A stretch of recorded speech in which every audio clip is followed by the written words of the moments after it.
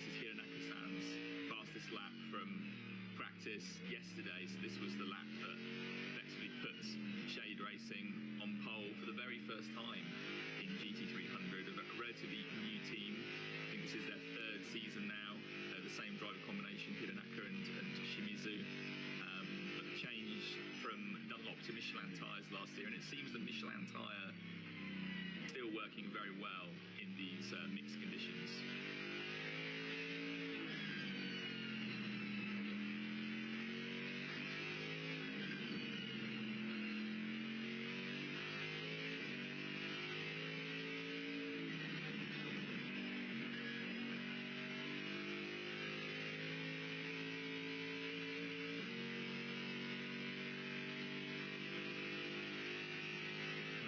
Technical issues. I think Jake has briefly departed, but hopefully he'll be back very soon as we see Hiranaka completing that practice lap yesterday.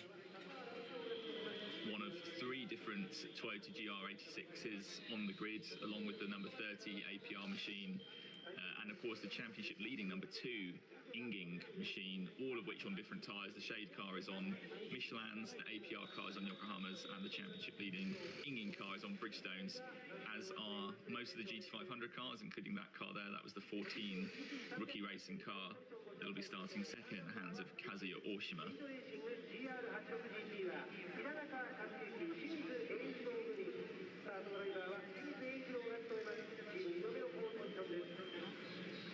So the grid, a real hive of activity. We're around about 10 minutes until the start of the formation lap, a little bit more than that.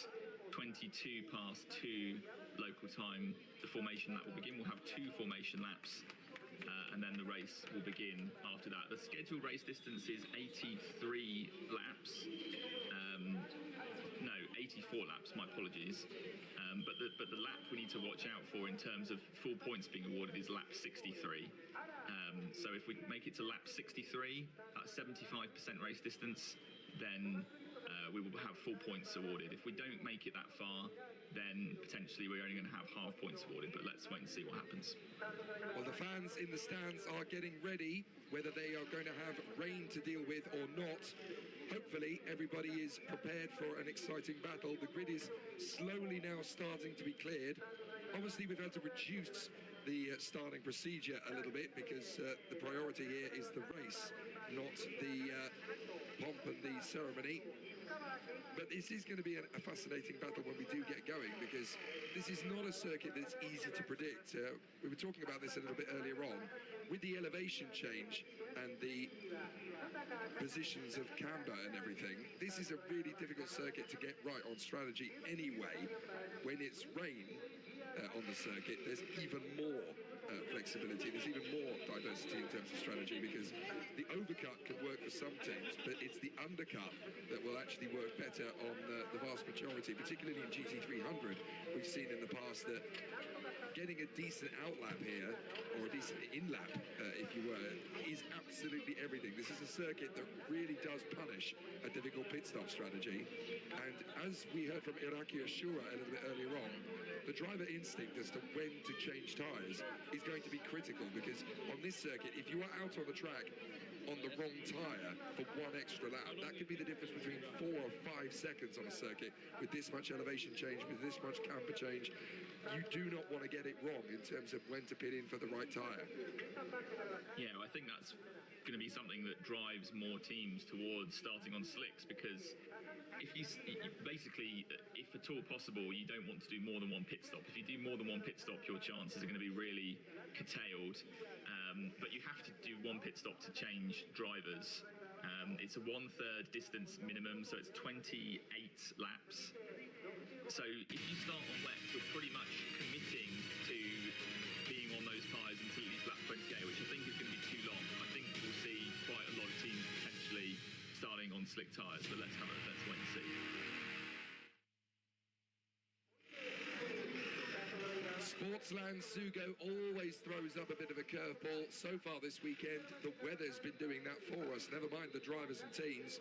Now we get ourselves ready for the 300 kilometres with the hope that we can at least get through 63 laps of this event, which of course will take us past the 75% mark so that full points can be rewarded.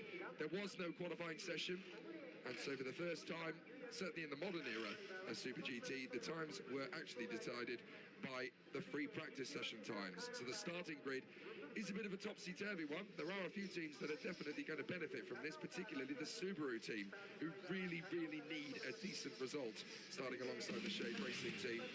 But let's go through the grid in full. In the GT500s, it's the Kiba Supra and Hiroki Ashiro on pole from the Enios Prime Supra of Kazuya Oshima. Yuji Kunamoto in the Wed Sport Supra and the Tom Supra of Shotsuboi. Great for them, starting way up in P4. Behind a quartet of Supras, it's the Impul of Bertrand Baguette in the Nissan. Takuya Izawa in the Modulo Civic, way up in P6. Tsujio Matsuda in the Realized Nissan, 7th on the grid alongside Yui Sekiguchi in the Denso Supra, number 39. Then it's Katsumasa Chiyo in the number 23 Nissan that he shares with Ronnie Quintarelli. Tsurai Tsukukoshi is going to be there in the Estemo Civic Type R in 10th position on the grid. The Stanley Civic of Tadasuke Makino, 11th position on the grid. It's not been a great run so far for Honda this weekend. Nobuo Matsushita in the LTA Mugen, 12th on the grid. The sister car of Hiroki Otsu in 13th. The Deloitte Tom Supra and Ukisa Sahara way down in 14th, needing to make an impact. And then the Tsunori Takaboshi way back in 15th. So the GT500 starting grid, very competitive, should be plenty of overtakes and good battles when we get ourselves underway. In GT300, it's even more of a mix-up. Shade Racing on the pole for Ejiri Shimizu, who will start the race. Takazura Gucci will start for the Subaru team in second on the grid. Then Tomonobu Fuji in the D-Station Vantage that he shares with the Brit Charlie Fagg. Nicholas Cruton will go first in the Study BMW. They could be strong in these conditions, as too could the Ponos Ferrari for Keiko Tsolino and Luluwadu. The reason for those two cars, they're on Michelin's, which are always better in the wet. Shitsugi Kono for the Cintium Corsa Supra team in sixth. Then the Gain Italics Nissan and the ABR LC500H Lexus. Then the Muta Racing Ingin car, 9th on the grid, good for their championship aspirations. The ABR GR86 and Nagai in 10th. Then Morio Nita in the K-Tunes Lexus, alongside the Realized Nissan of Gianpaolo Lima D'Olivera. Then the Metallife Lamborghini, 13th on the grid for them, not quite what they were hoping for. The Runner Bravo Nissan is way up in 14th. Expect them to struggle to stay there. The Leon Pyramid Mercedes will be alongside the Up Garage NSX, both cars wanting to surge through this field like scissors through wet newspaper. Then Yusuke Tomobayashi in the Pacific AMG, Yuya Motojima in the Ventani Lamborghini, now with its new sponsorship partner, the Good Smile AMG of Tatsuya Kotoyoka, and Shiotsu in the Mach 5, the Speed Racer Maxiaken and Mach 5 MC86. Then Kimiya Sato in the Hobbychat Supra down in 21st.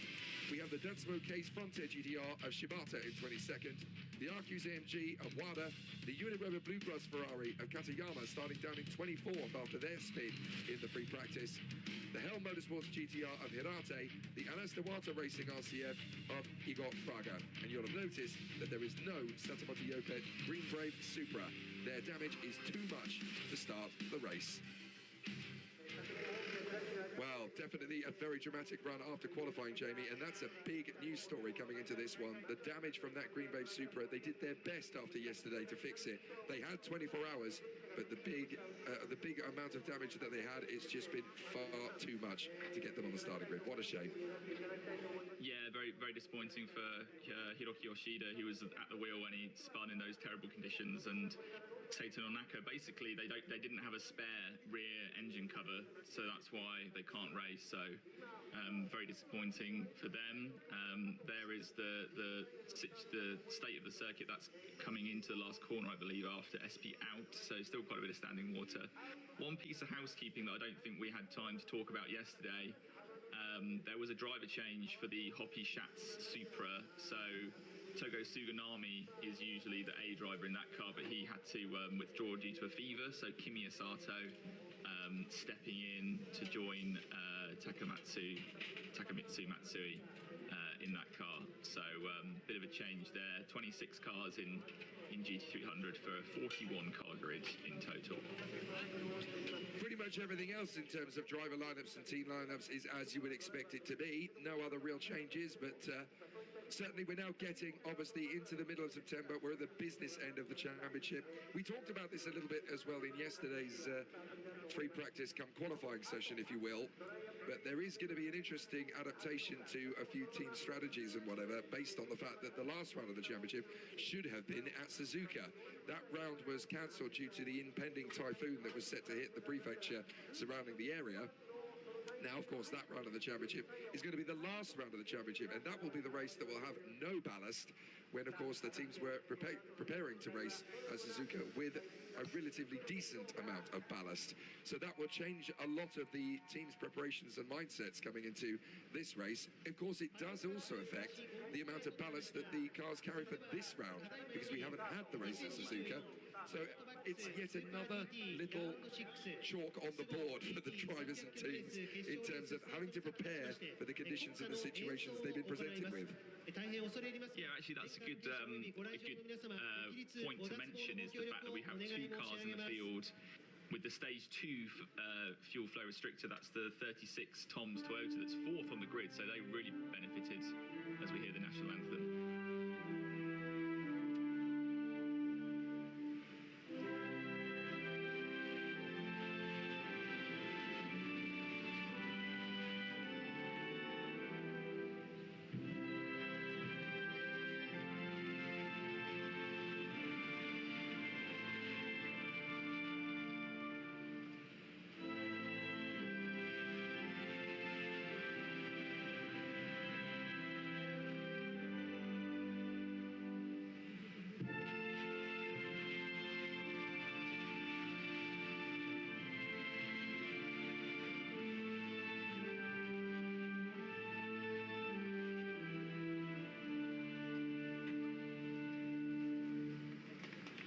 So just to pick up on that point, if I can just finish that point, I was kind of caught out by the anthem starting there.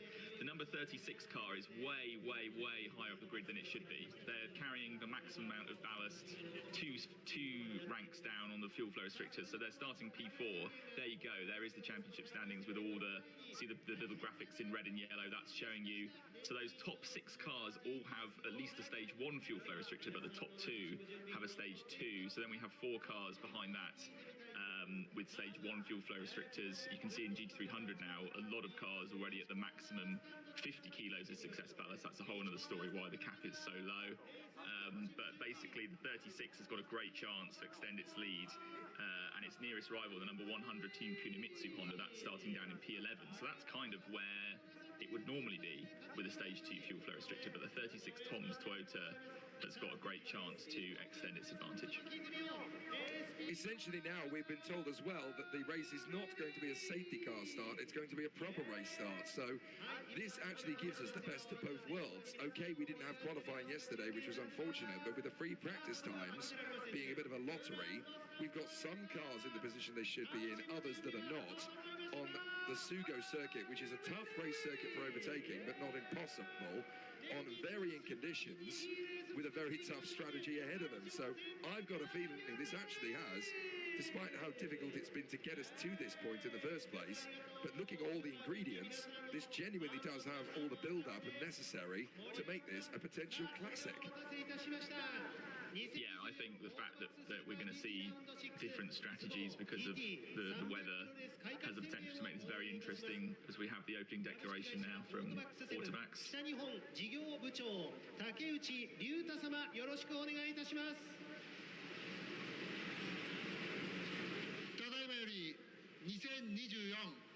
オートバックススーパー GT ラウンド6スゴ GT300 キロレースの開会を宣言いたします。 It's always worth noting that they keep the round 6 nomenclature, even though this is only the 5th race of the season. So when we go to Suzuka in December, that will be round 5, even though it will be the last race of the season. So that's always been the case. It's very confusing for the uninitiated, but in case if you're wondering if he got his lines wrong, no, this is still officially round 6, even though it's not anymore chronologically round 6. It's always amused me that the title branding doesn't change, even if the mathematics of the branding of the race actually does. So we've got an interesting challenge then, as always in Super GT, or usually I should say at this point of the course, with 4 races having been completed. 4 different race teams have taken a victory so far this year. Shotsubo and Kenti Mashita, who lead the championship, they won the season opener at Okayama. Mitsunori Takaboshi and Atsushima Yaki were the winners at Fuji for their first outing. Ukasa Sahama and Giuliano Malesi then came through for that unbelievable victory at Suzuka, a race that they both dearly needed to win to keep their standing in at the Tom's Toyota team. But then we had the groundbreaking historic moment last time for the ARTA Mugen, Tomoka Nijiri and Nobuhara Matsushita. Finally coming through to give the Mugen Civic its first ever victory in Super GT on the Civic's 4th appearance. Goodness me, look at that wheel spin from Hiraki Ashura as he tries to get the car under starter's orders. It's not a dry circuit, it's worth bearing that in mind. So, it looks as though we are this is the start of the race. So the 2 formation laps have just been scrapped and we're straight into it now. This is the first official lap of 84 scheduled. Like we said earlier, 63 laps is the magic number for full points to be awarded. But look at the standing water there as they come through turn 4. I think that's still going to be... That's probably still too much for slicks, isn't it? So has anybody braved it? I mean, we'll probably get an answer to that fairly soon.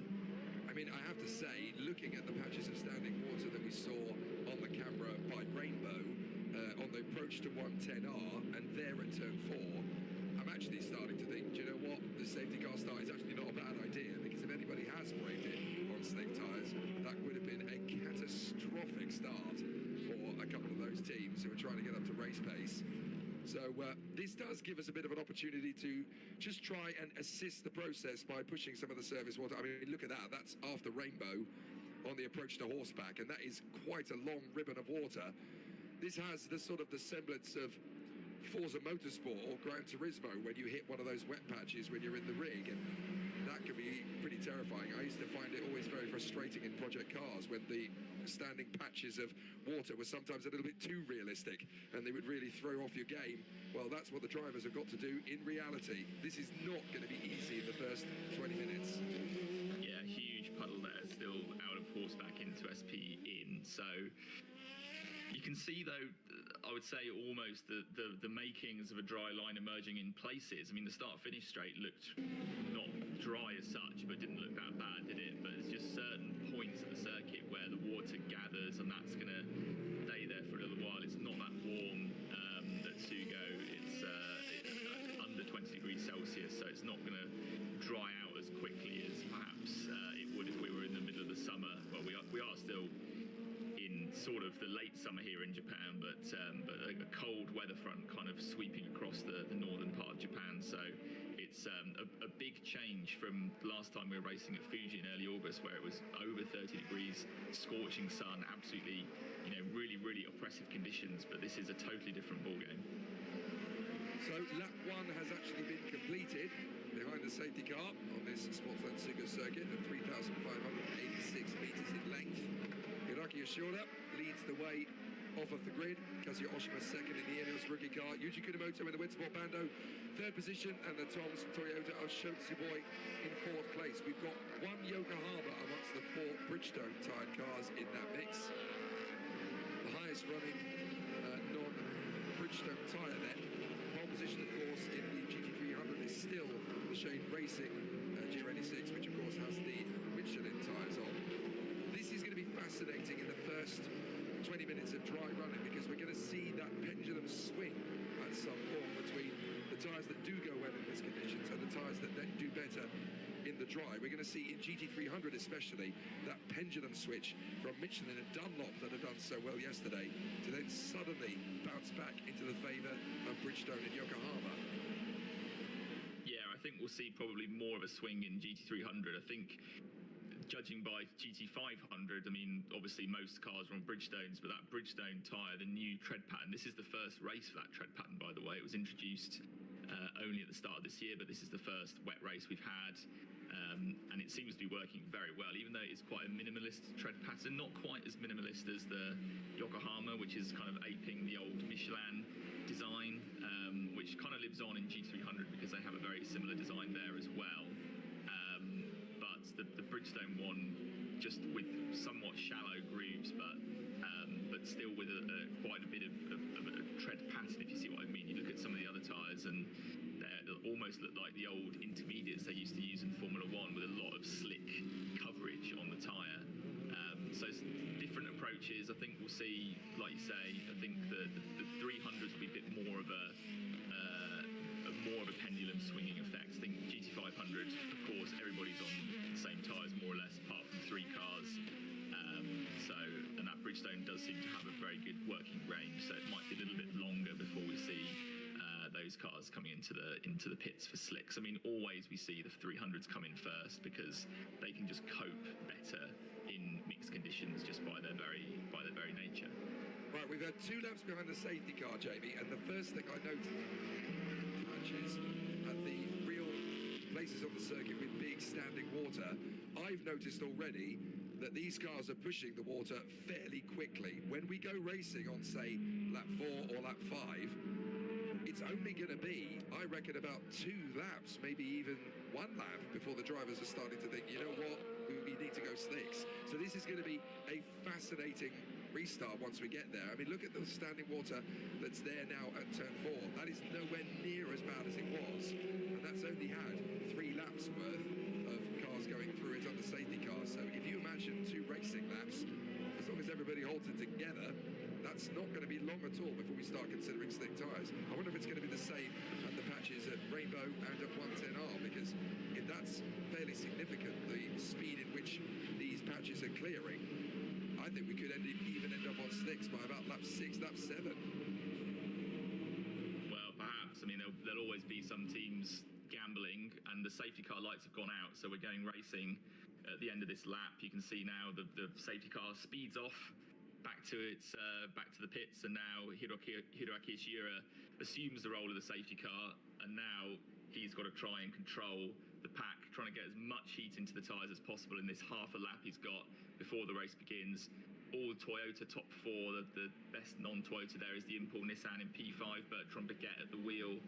Watch out for him. Riki Okusa as well. Sorry, no, Takuyazawa as well in the Dunlop shod. Nakajima Honda in 6th there as well. I can tell you that this lap, the first racing lap of this particular race, is going to be the absolute demonstration of why these GT500 drivers are paid the way they are. This is where they will earn their bread and butter. Are these drivers the best in the world? You could argue they are the best sports car drivers in the world.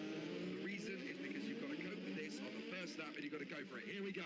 Hiroaki Ishihara drops the hammer, despite the fact there are still some fairly decent gap patches around the course, and we are going straight to racing conditions. It's a bit of a sluggish start for Kazuya Oshima, and the 2 sister Toyotas are going to give him plenty of pressure as they come up over the top of the crest. It's green, green, green, green here at Sportsland Sugo, and immediately Yuji Kinomoto is going to make the bid on Kazuya Oshima into the first corner. He gets through, so does Shotsuboy, and Bertrand Baguette is going to try and pick up the pieces as well.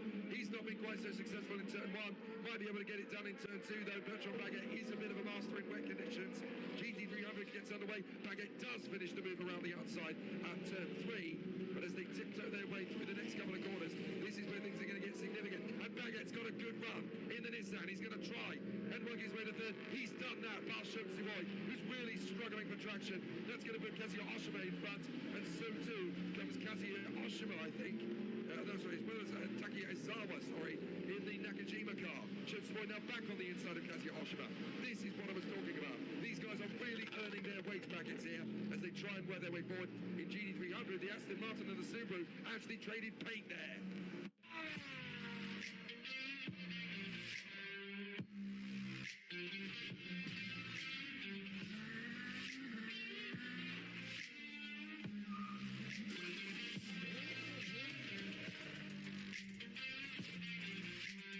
To the hairpin, there's the move, they're going to be side by side.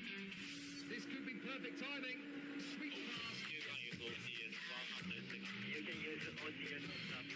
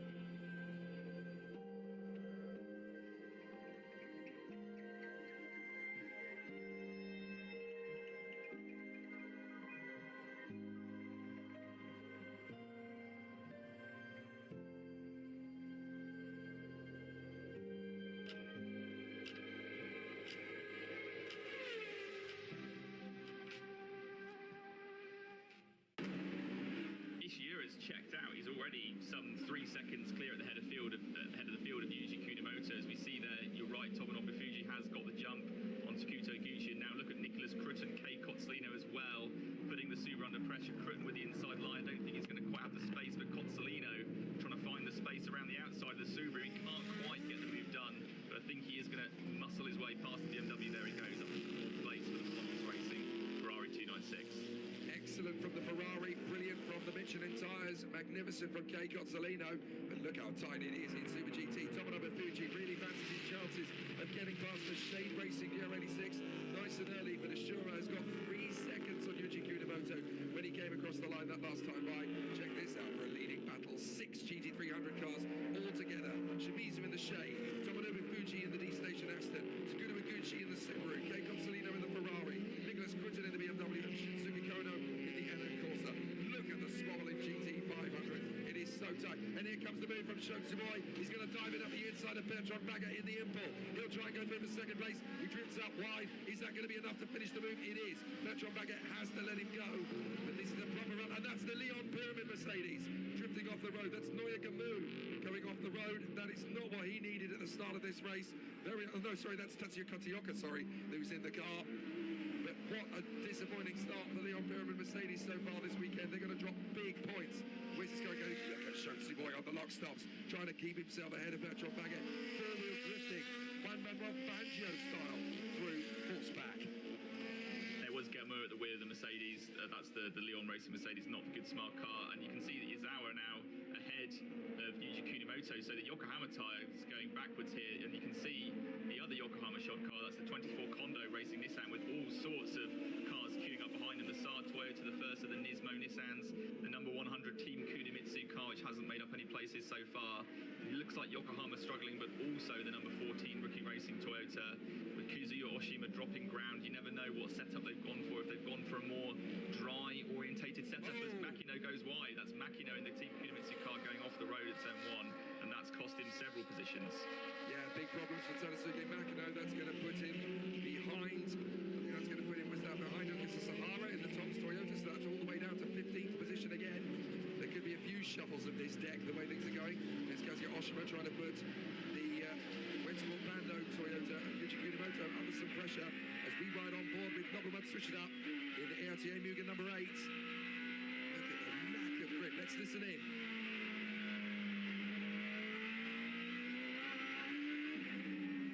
Awesome proper wheel spin coming through from the car there as he was trying to get the power down. A couple of drivers trying a bit of a variation of line. Oh, that's the Motorsport Bando car losing out on traction.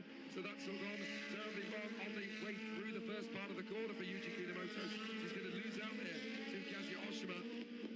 So Kazuya Oshima will definitely have the move on in there. This is a little bit further back now, of course. This is Sakaguchi, Takeposhi, then Matsuda.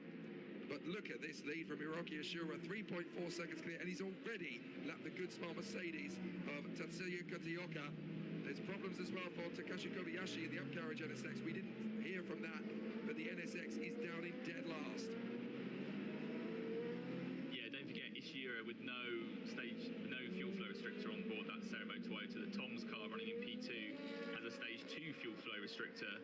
But of course, in these conditions, it's much less important than being on the right tyre, having the right setup. And look at the damage on the back of the number 3 Nissan there. There's been some contact there.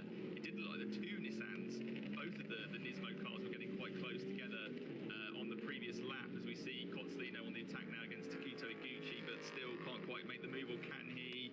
Inside of turn 3 up on the curb, that's very risky in these conditions. And now he gets the move done.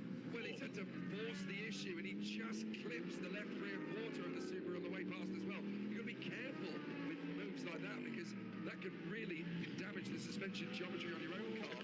You can bend a push rod, and that is really not easy for Kei Cozzolino to get through, but he manages to make it work. That was a little bit more TCR than it was Super GT, if I'm honest.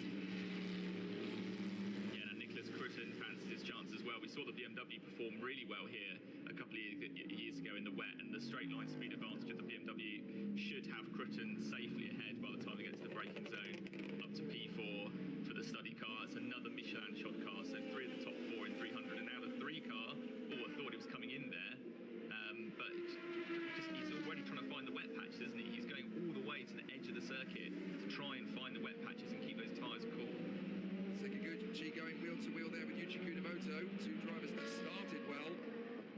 unfortunately, now it's all gone wrong for the Motorsport Super team. Whatever they've done on setup, they've gone backwards. Now down in 8th position, struggling to fend off Yui Sekiguchi. There behind them is Katsumasa Chiyo in the number 23 Nismo, because of course it is Mitsunori Takahashi who's ahead of both of them now. Let's see how things continue. Kudo Sukakoshi trying to close up on Kazuya Oshima in the battle for 5th position. Look at the gaps that they're trying to create on the way through. It's all of this instinct, all of this minute feeling that the cars are trying to gather. In the background, we've got the ARTA Civics battling away there with the Nissan of Tsukiyo Matsuda. So the Kondo car trying to keep itself alive in this mix. This is fascinating stuff, watching the cars. Just trying to get that little bit of extra purchase on the throttle. And we're talking like a 2%, 3% extra depreciation of the throttle that can make the difference between whether you get enough traction out of the corner to make a move or just to stay on the racing line. This is fascinating to watch as the drivers are really flirting with the limitations of what they can do. Yeah, Kunimoto looked like he was really struggling there, and this is, look, the app garage, the Honda's now got a lap down. It looked like the Aston had slipped behind the Michelin shot cars there, so I think we've seen some change of position in 300, and look at Kodai Tsukakoshi as well. He's already passed Kazuya Oshima, so the 14 rookie racing Toyota continuing to fall back, and look at the study BMW is ahead of the Aston. So this is a change for what, 2nd, 3rd and 4th positions, I think, in 300. So now it's an all Michelin 1, 2, 3 with the Shade Racing Toyota leading the Ponos Ferrari, leading the study BMW. How badly are Nissan brewing Michelin pulling out at this point? Because in this race, you really want to be on Michelin's, as the GT300s have proved. Now that is the good smart Mercedes getting out of the way. They're also going a lap down after their issues. This is the Honda battle, having a very tight battle at the sharp end of the field here. This is Kudo Sukakoshi in the Estema real car. He's having a really good race, actually. Takezawa in the Nakajima car. And then Kazuya Oshima in the Eneos rookie, the team that's already taken a win this year. But this is not going to be particularly easy now that they're working their way through the traffic. And don't forget, there is no onus on the GT300 cars to get off the racing line. They do not have to do that. There's no blue flags as such in Super GT. The onus is essentially on the cars to stay on the racing line. The GT500s are to come off the racing line, work their way around them, and that's how they make the move. Right, Kazuya Oshima all over the back of Takuya Izawa.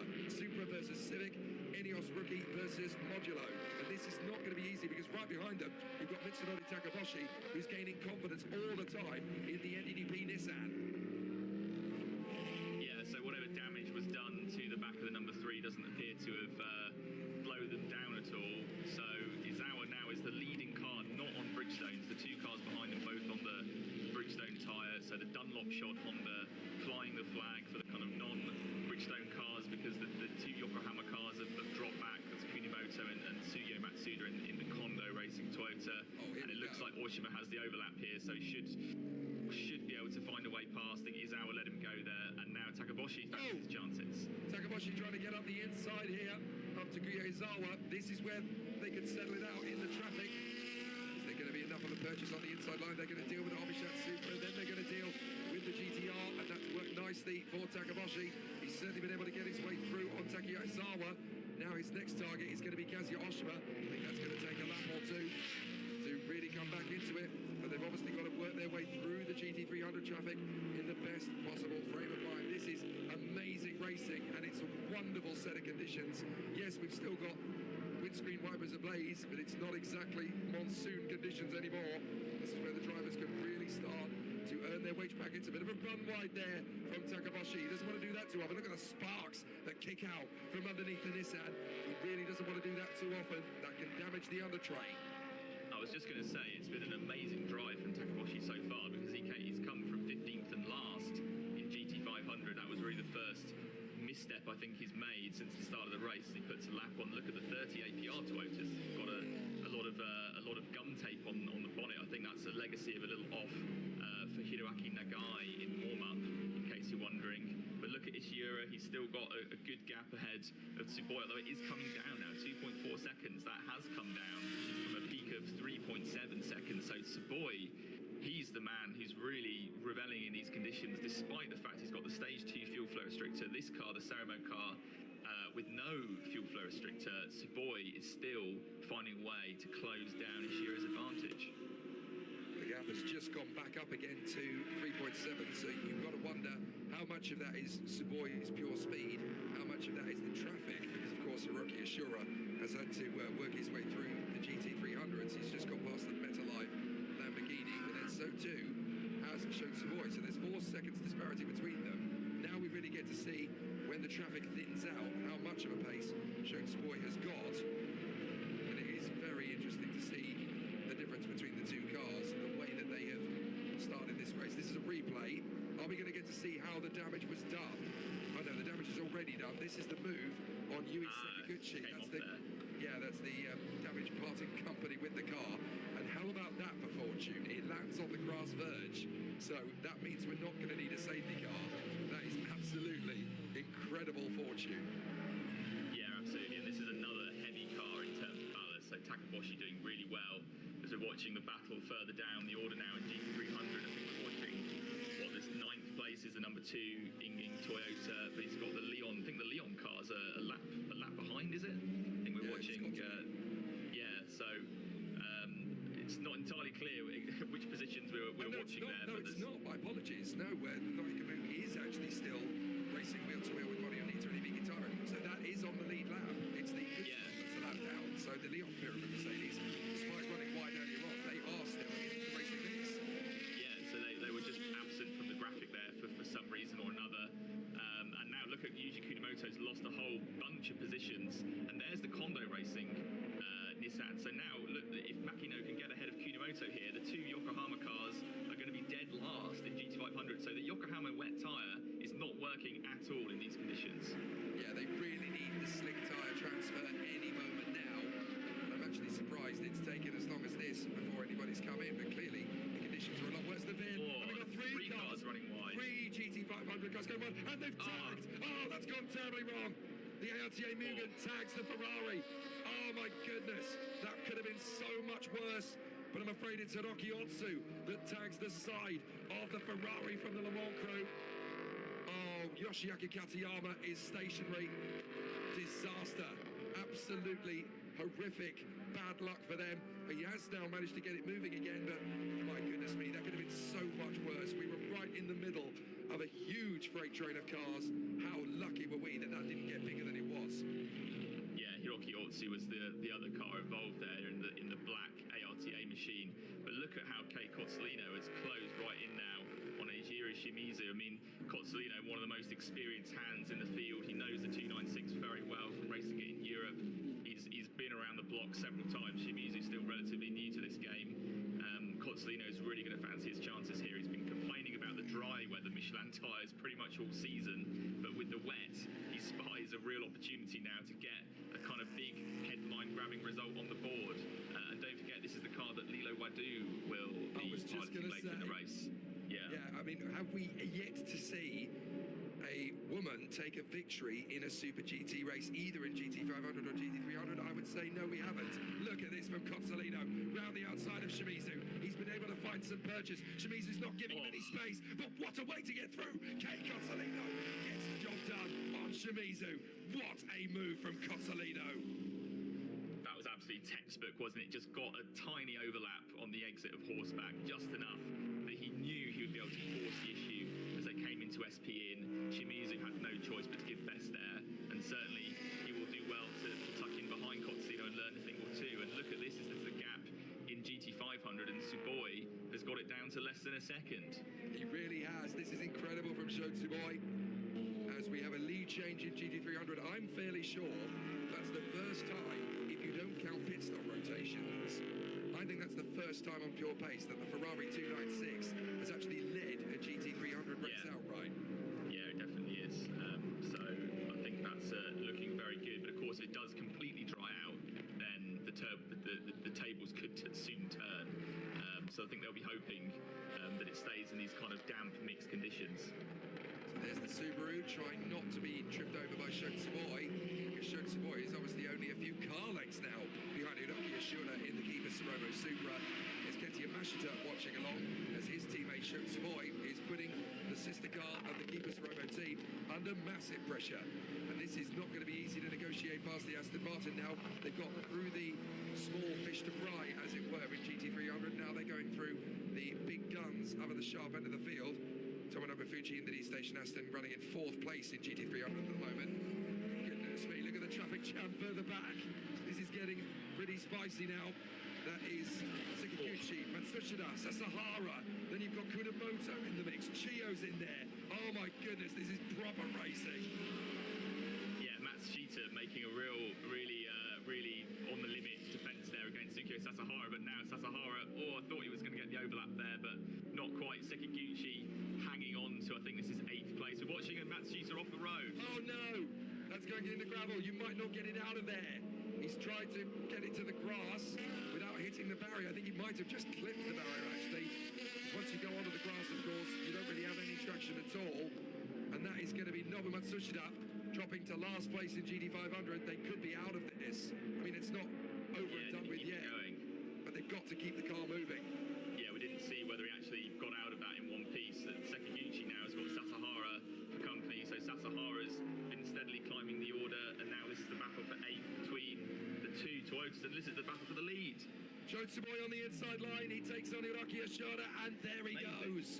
Brilliant from Shotsuboi, timed it perfectly on the approach to Rainbow, and that is the lead changed. Shotsuboi for Tom Supra gets ahead of Hiroki Yoshida in the Keeper Saromo, and this is where you are almost certainly going to see him pull away.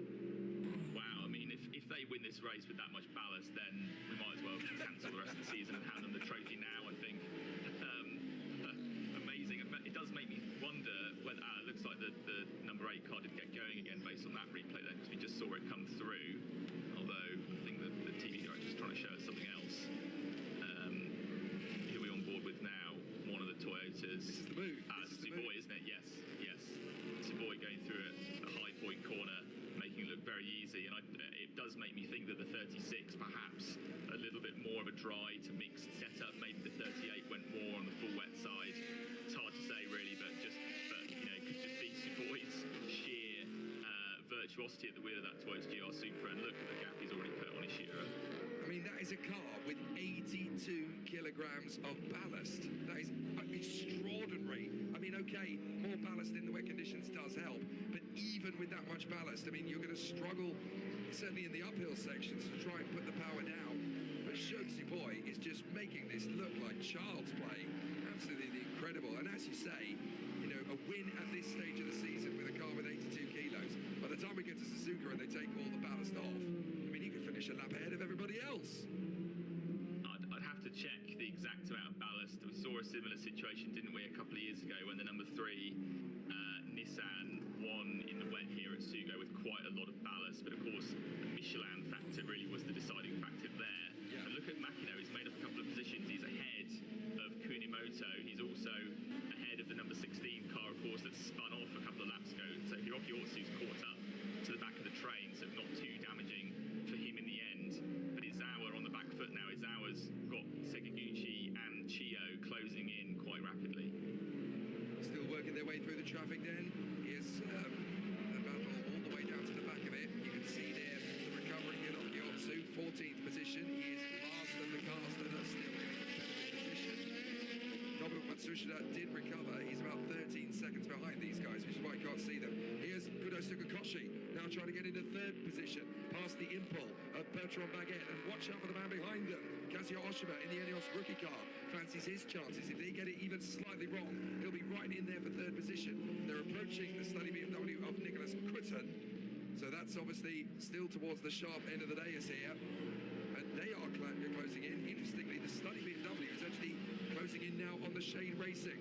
So we've obviously had the lead change from Keiko Tsunoda and the Ferrari getting through in P300. Now it looks like Nicholas Quitton in the BMW could join him and move up to 2nd place. So we've got 2 battles in one. Here's the move, potentially on from Kudo Sukakoshi. Trying to get the move here on Bertrand Baguette, and they're going to try not to trip over the 2nd place battle in GT300 in the process. Bertrand Baguette still holds it nicely in the apex. 3rd position, Kazuya Oshima trying to get close to these guys as they work their way through. But Kudo Sukakoshi really fancies his chances now on the Morelli Z impulse of Bertrand Baguette as they come off the turn.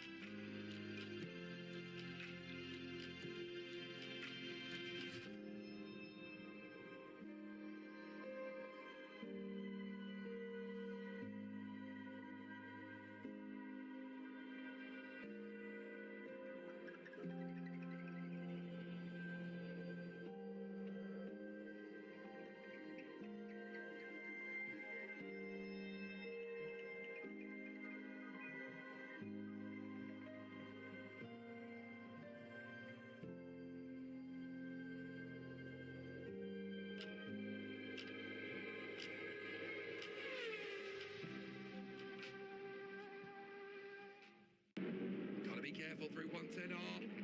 Bertrand Baguette's going to run a little bit wide. Is that going to be enough for a move up the inside? No way from Sugakoshi in the 110R. Oh, majestic. That took proper bravery, and Sugakoshi makes it stick. Yeah, Baguette just getting a little bit out of shape there, didn't he? Open the door wide open for Sugakoshi. So the fact that Oshima's come back so strongly as well does make me think that that car's probably a bit more set up for damp conditions and not for wet.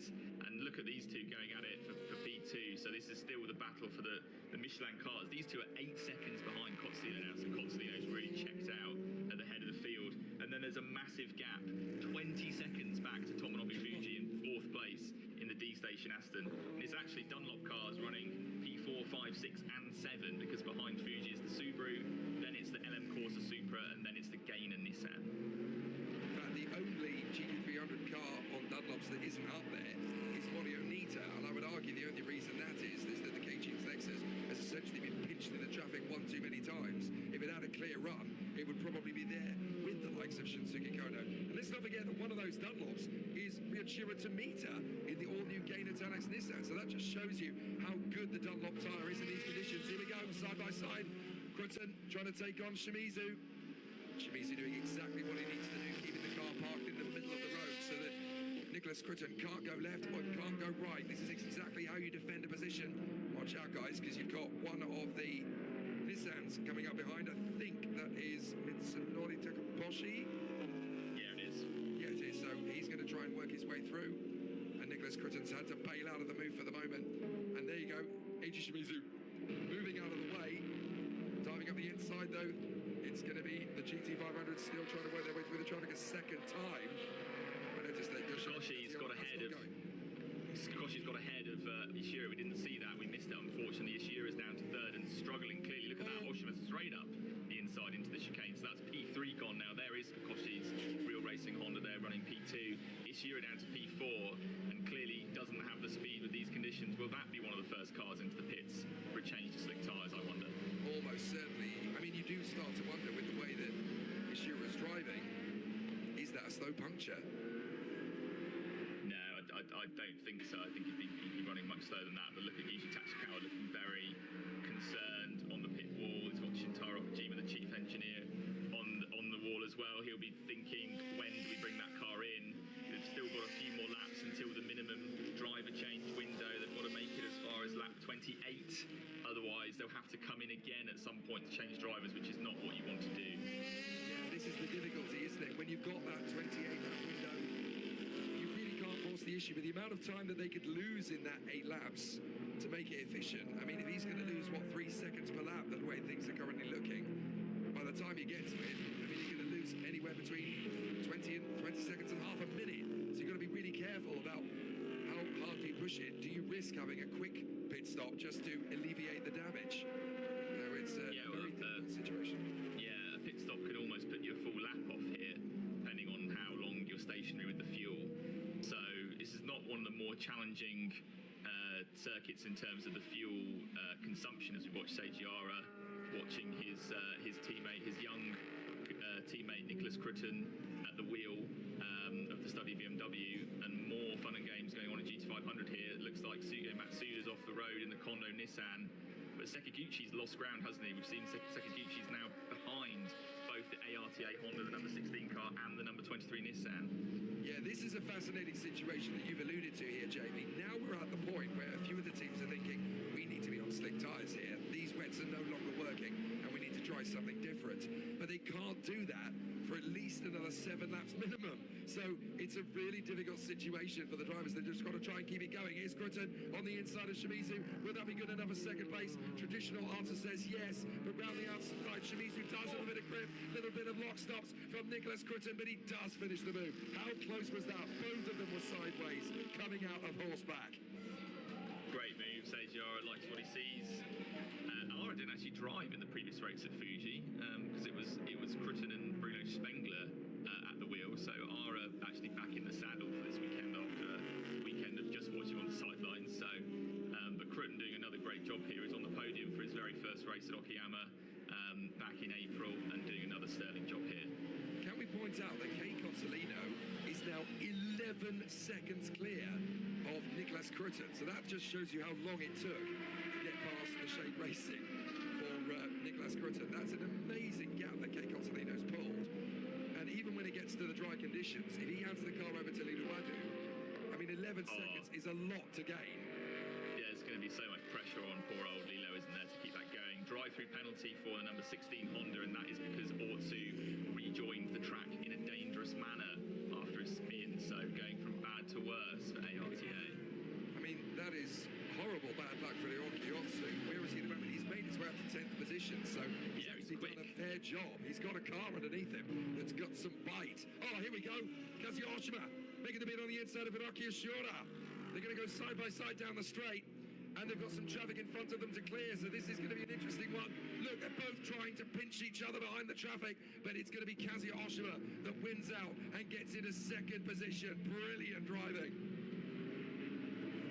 So Oshima now really on a charge here.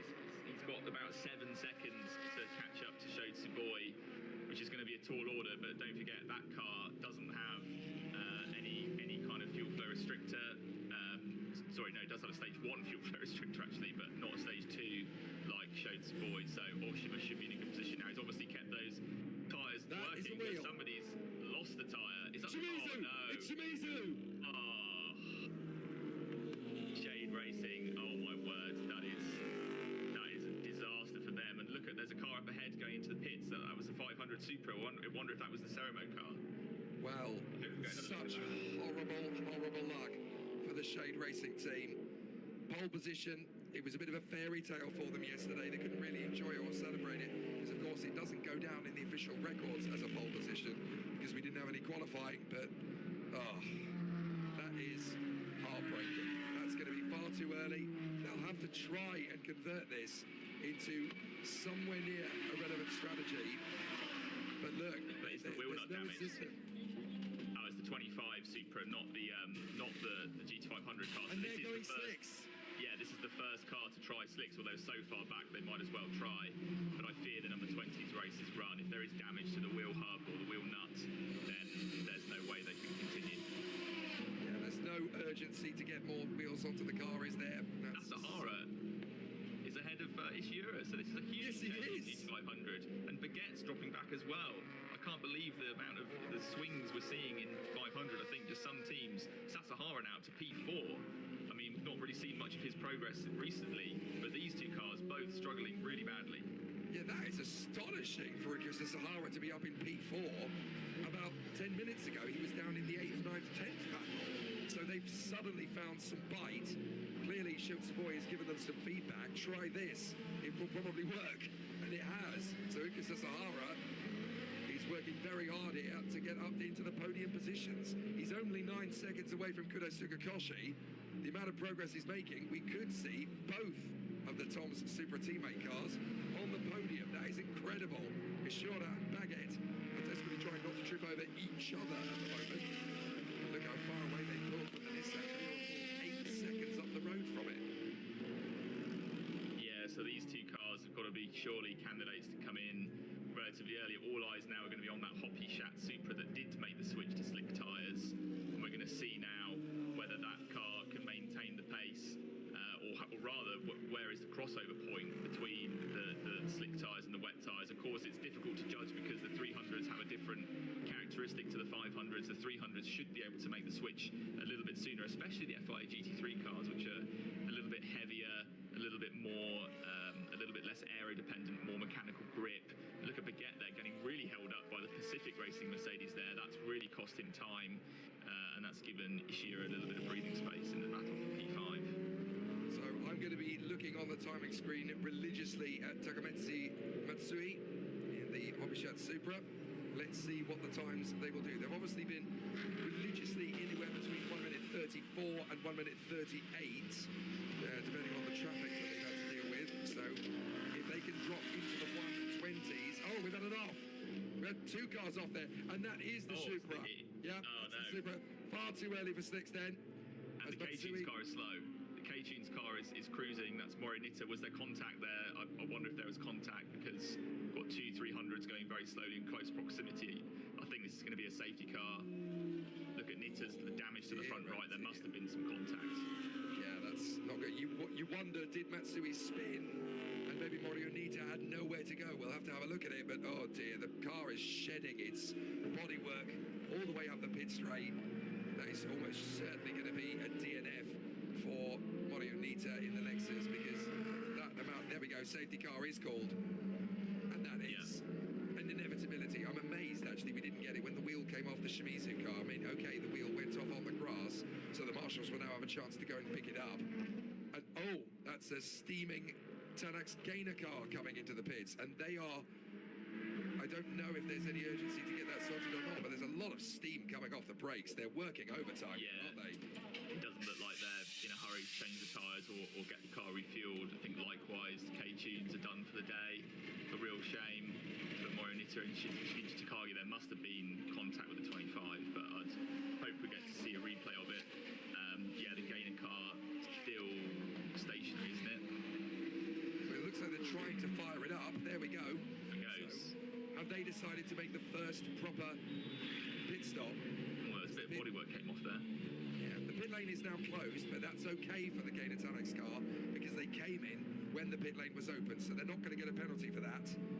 What we do need to focus on, though, is what happened to the Hobbyshot Supra. It is now broken down on the sidelines, so rather sadly, oh, it looks like it's tried to get going again and then spun again on the grass. So, yeah, slick tyres definitely not the answer yet then.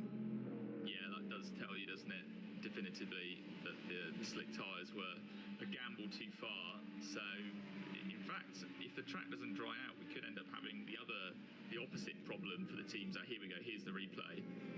So let's look in the background. Top of your screen. Yeah, it's the background that's going to give us the indication. Oh, that's how Shimizu lost his wheel. It just parted company. It just parted company. Didn't look like he'd hit anything. But that was the same part of the track where the 25 went off, but I think that was a completely unrelated incident. Did it just shear on a curb, maybe? Fascinating stuff. Well, there is the Hobbyshot Supra.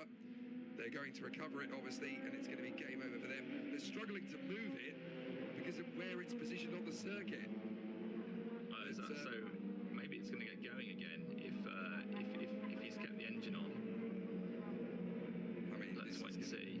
Almost. Well, the problem is he's now got a motor around on the circuit. The pit lane's closed, so he's got to wait until the pit lane opens again before he can get back onto wet tyres.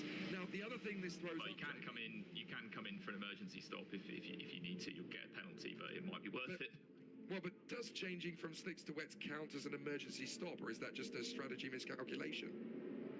Well, an emergency, if you pit under a closed pit, it's an emergency stop no matter what you do. Now, the thing that I was going to bring up, Jamie, the thing that was relevant there is that we were obviously keeping an eye on the Hobbyshot Supra to see if slick tyres was the answer. We've clearly got the answer. It's not the right time for slick tyres. But what does this do to the mentality of the teams that were really praying that that was going to work?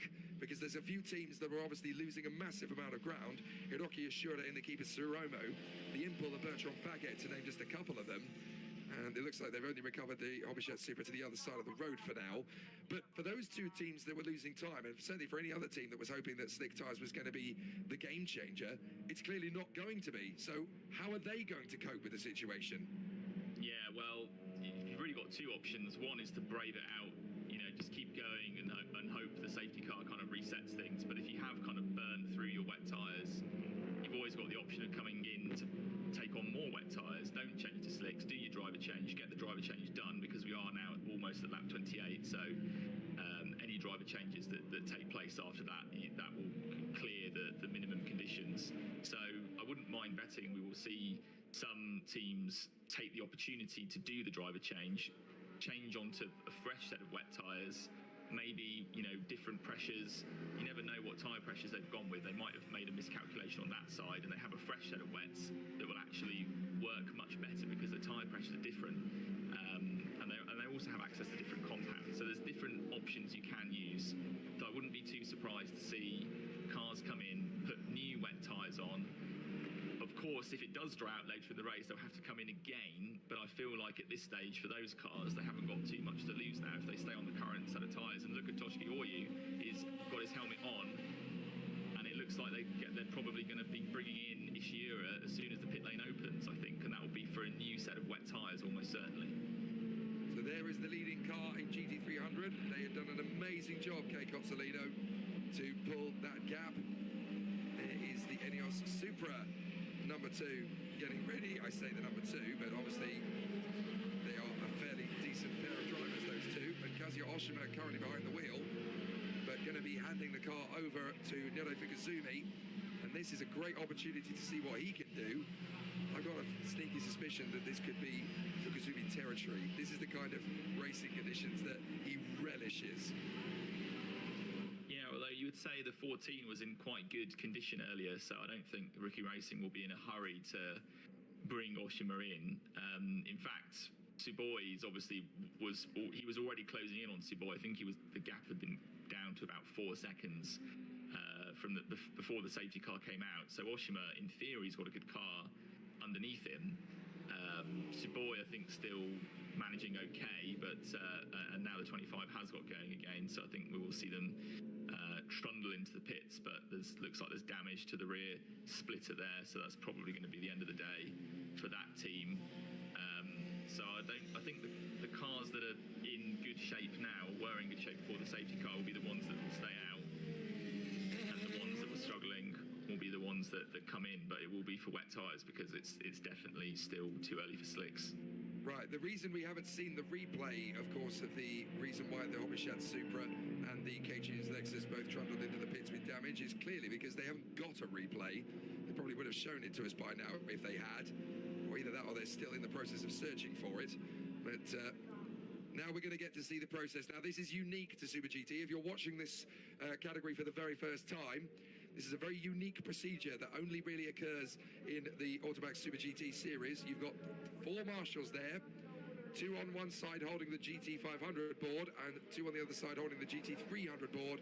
We're now going to separate the 2 classes out. So the GT500s will stay in position. The GT300s will be waved past so that they can then go back around and rejoin the back of the GT500 train. And that's to separate them. Hobbyshad Supra into the pits. Nice idea, but it didn't work.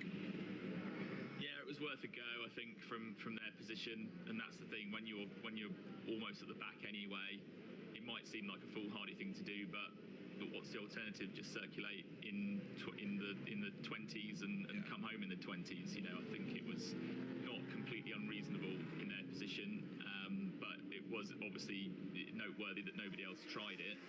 This is just highlights that we're going to get a replay there. That just shows you how difficult it was off the start for Kazuya Oshima. Even more impressive then that how difficult it was for them off the first part of the race when they dropped down to 5th position in the first few corners to then bounce back to 2nd place. So good work from Kazuya Oshima to shake off the disappointment and then work his way back through. Yeah, it really did seem like that car was on the back foot early on, but just seen huge swing in paces. Almost all the cars in GT500 either were quick at the start and then fell back, or fell back at the start and then got quicker. I really do think the tyre pressures are absolutely key here, because if you went for relatively high tyre pressures at the start, you will have had good grip, but then the tyres could quickly overheat. But if you went for lower pressures, then that gives you the opportunity you need to take it a little bit easier in the early stages, but then they come into a nicer window once they warm up.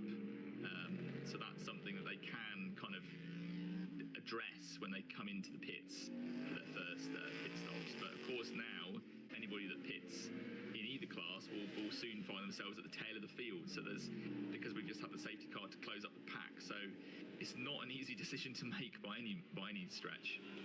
Look at Kenti Yamashita's reaction to Tsuboui's move for the lead. I think that's what we all felt at the same time. Nicholas Crutten getting ahead of Eiji Shimizu. Fascinating to see how strong the Michelin tyre has been here. And also, of course, how strong the Dunlop tyre has been in GT300. You haven't had the same effect, really, in GT500. Of course, there are no Michelin tyres in GT500 anymore, and there's only one Dunlop shot car, that is Takuya Izawa in the Nakajima car. Such a shame when we saw Shimizu lose the wheel.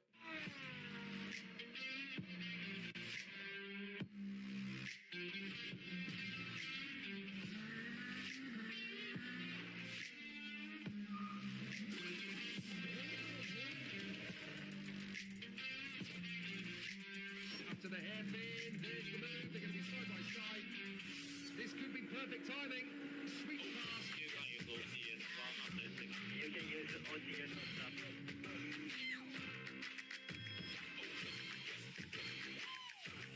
And we are ready for 2024 Super Formula to begin.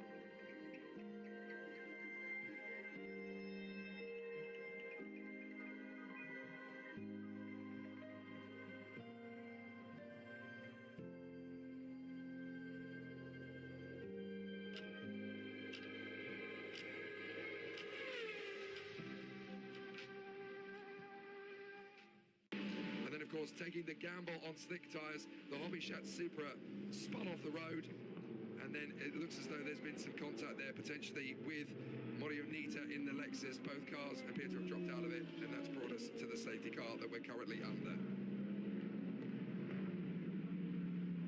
So the marshal's just clearing the way. The pit lane is still closed, but now the order is as it should be. GT500s are leading the pack. GT300s are now going to catch up to the rest of the pack and follow through. So we're basically getting a bit of a reset here as we go into lap 30 the next time around, and that could be when we get the race restarted. You can see there isn't that much standing water on that part of the course at 110R, but what there is collections of patches, and it's not draining efficiently enough for those slick tyres to come in. And then do I see spots of rain? It is starting to rain again. Now, it's not particularly heavy, but that is enough to make sure that there are no need for slick tyres anytime soon. Well, watch for the stands. If we see people grabbing their umbrellas, then clearly that would mean, if it is raining though, that would clearly mean that you are going to do a change onto a new set of wet tyres and forget about ever changing to slick. So we're going to see here what happened between Hiroki Otsu. So he came back onto the circuit here. I think this is what he was penalised for. He just pinched Katayama. There was no chance for him to do anything about that. So I think that's fair cop for Hiroki Otsu. A bit of a slightly negligent error for a driver of Otsu's experience to make, I have to say. On board with Yoshiaki Katayama. Bang! What can I do to get out of that? He will be very angry with that, and I think the punishment absolutely fits the crime. Yeah, I think that's fair cop. Number 16. But of course, the safety car has allowed them to close up to the back of the field anyway, so it doesn't end up costing them too much time, just a few positions. But you can see it's actually getting, I think it's actually got cooler since the start of the race. It's already 3:13 in the afternoon in Japan, so It's not exactly, it wasn't exactly a warm day to begin with, but I think it's getting cooler as the afternoon progresses, and now all 15 GT500s all together with the GT300 leaders just behind. Although I think there's a couple of lapped cars there between. It looked like behind the study BMW. That's the second place car. There were a couple of lapped cars that looked like the Ferrari that we just saw spinning, plus I think it might have been the Nils Nissan also there a lap down. So don't be fooled by that sequence. The safety car is only designed to split the 500s from the 300s. If there are lapped cars within each train, then they're just left in position. Yeah, the GT300s are obviously given leave to race their own race, but they are not resetting their positions. As Jamie pointed out, the only onus on the safety car there is to basically give the GT500s the lead of the pack. All 15 of them are in that order, whatever order they happen to be on the road. So lapped GT500 cars by other GT500 cars do not get the chance to unlap themselves. They literally just remove themselves from the pack. That's wet tyres being prepared for the number 39, Yui Sekiguchi in the Team Saab Toyota. Makes sense. Don't think we're going to get slick tyres from this race. Certainly not in the next 20 laps or so. We had a feeling, didn't we, that the racetrack was going to dry out. Unfortunately, not the case, or certainly not enough to do anything about it. This race has absolutely got a bit of a semblance of, you know, a Spa 1998 about it. You know, it's not torrential rain, but it's certainly enough to keep the race pretty exciting and spicy all the way throughout.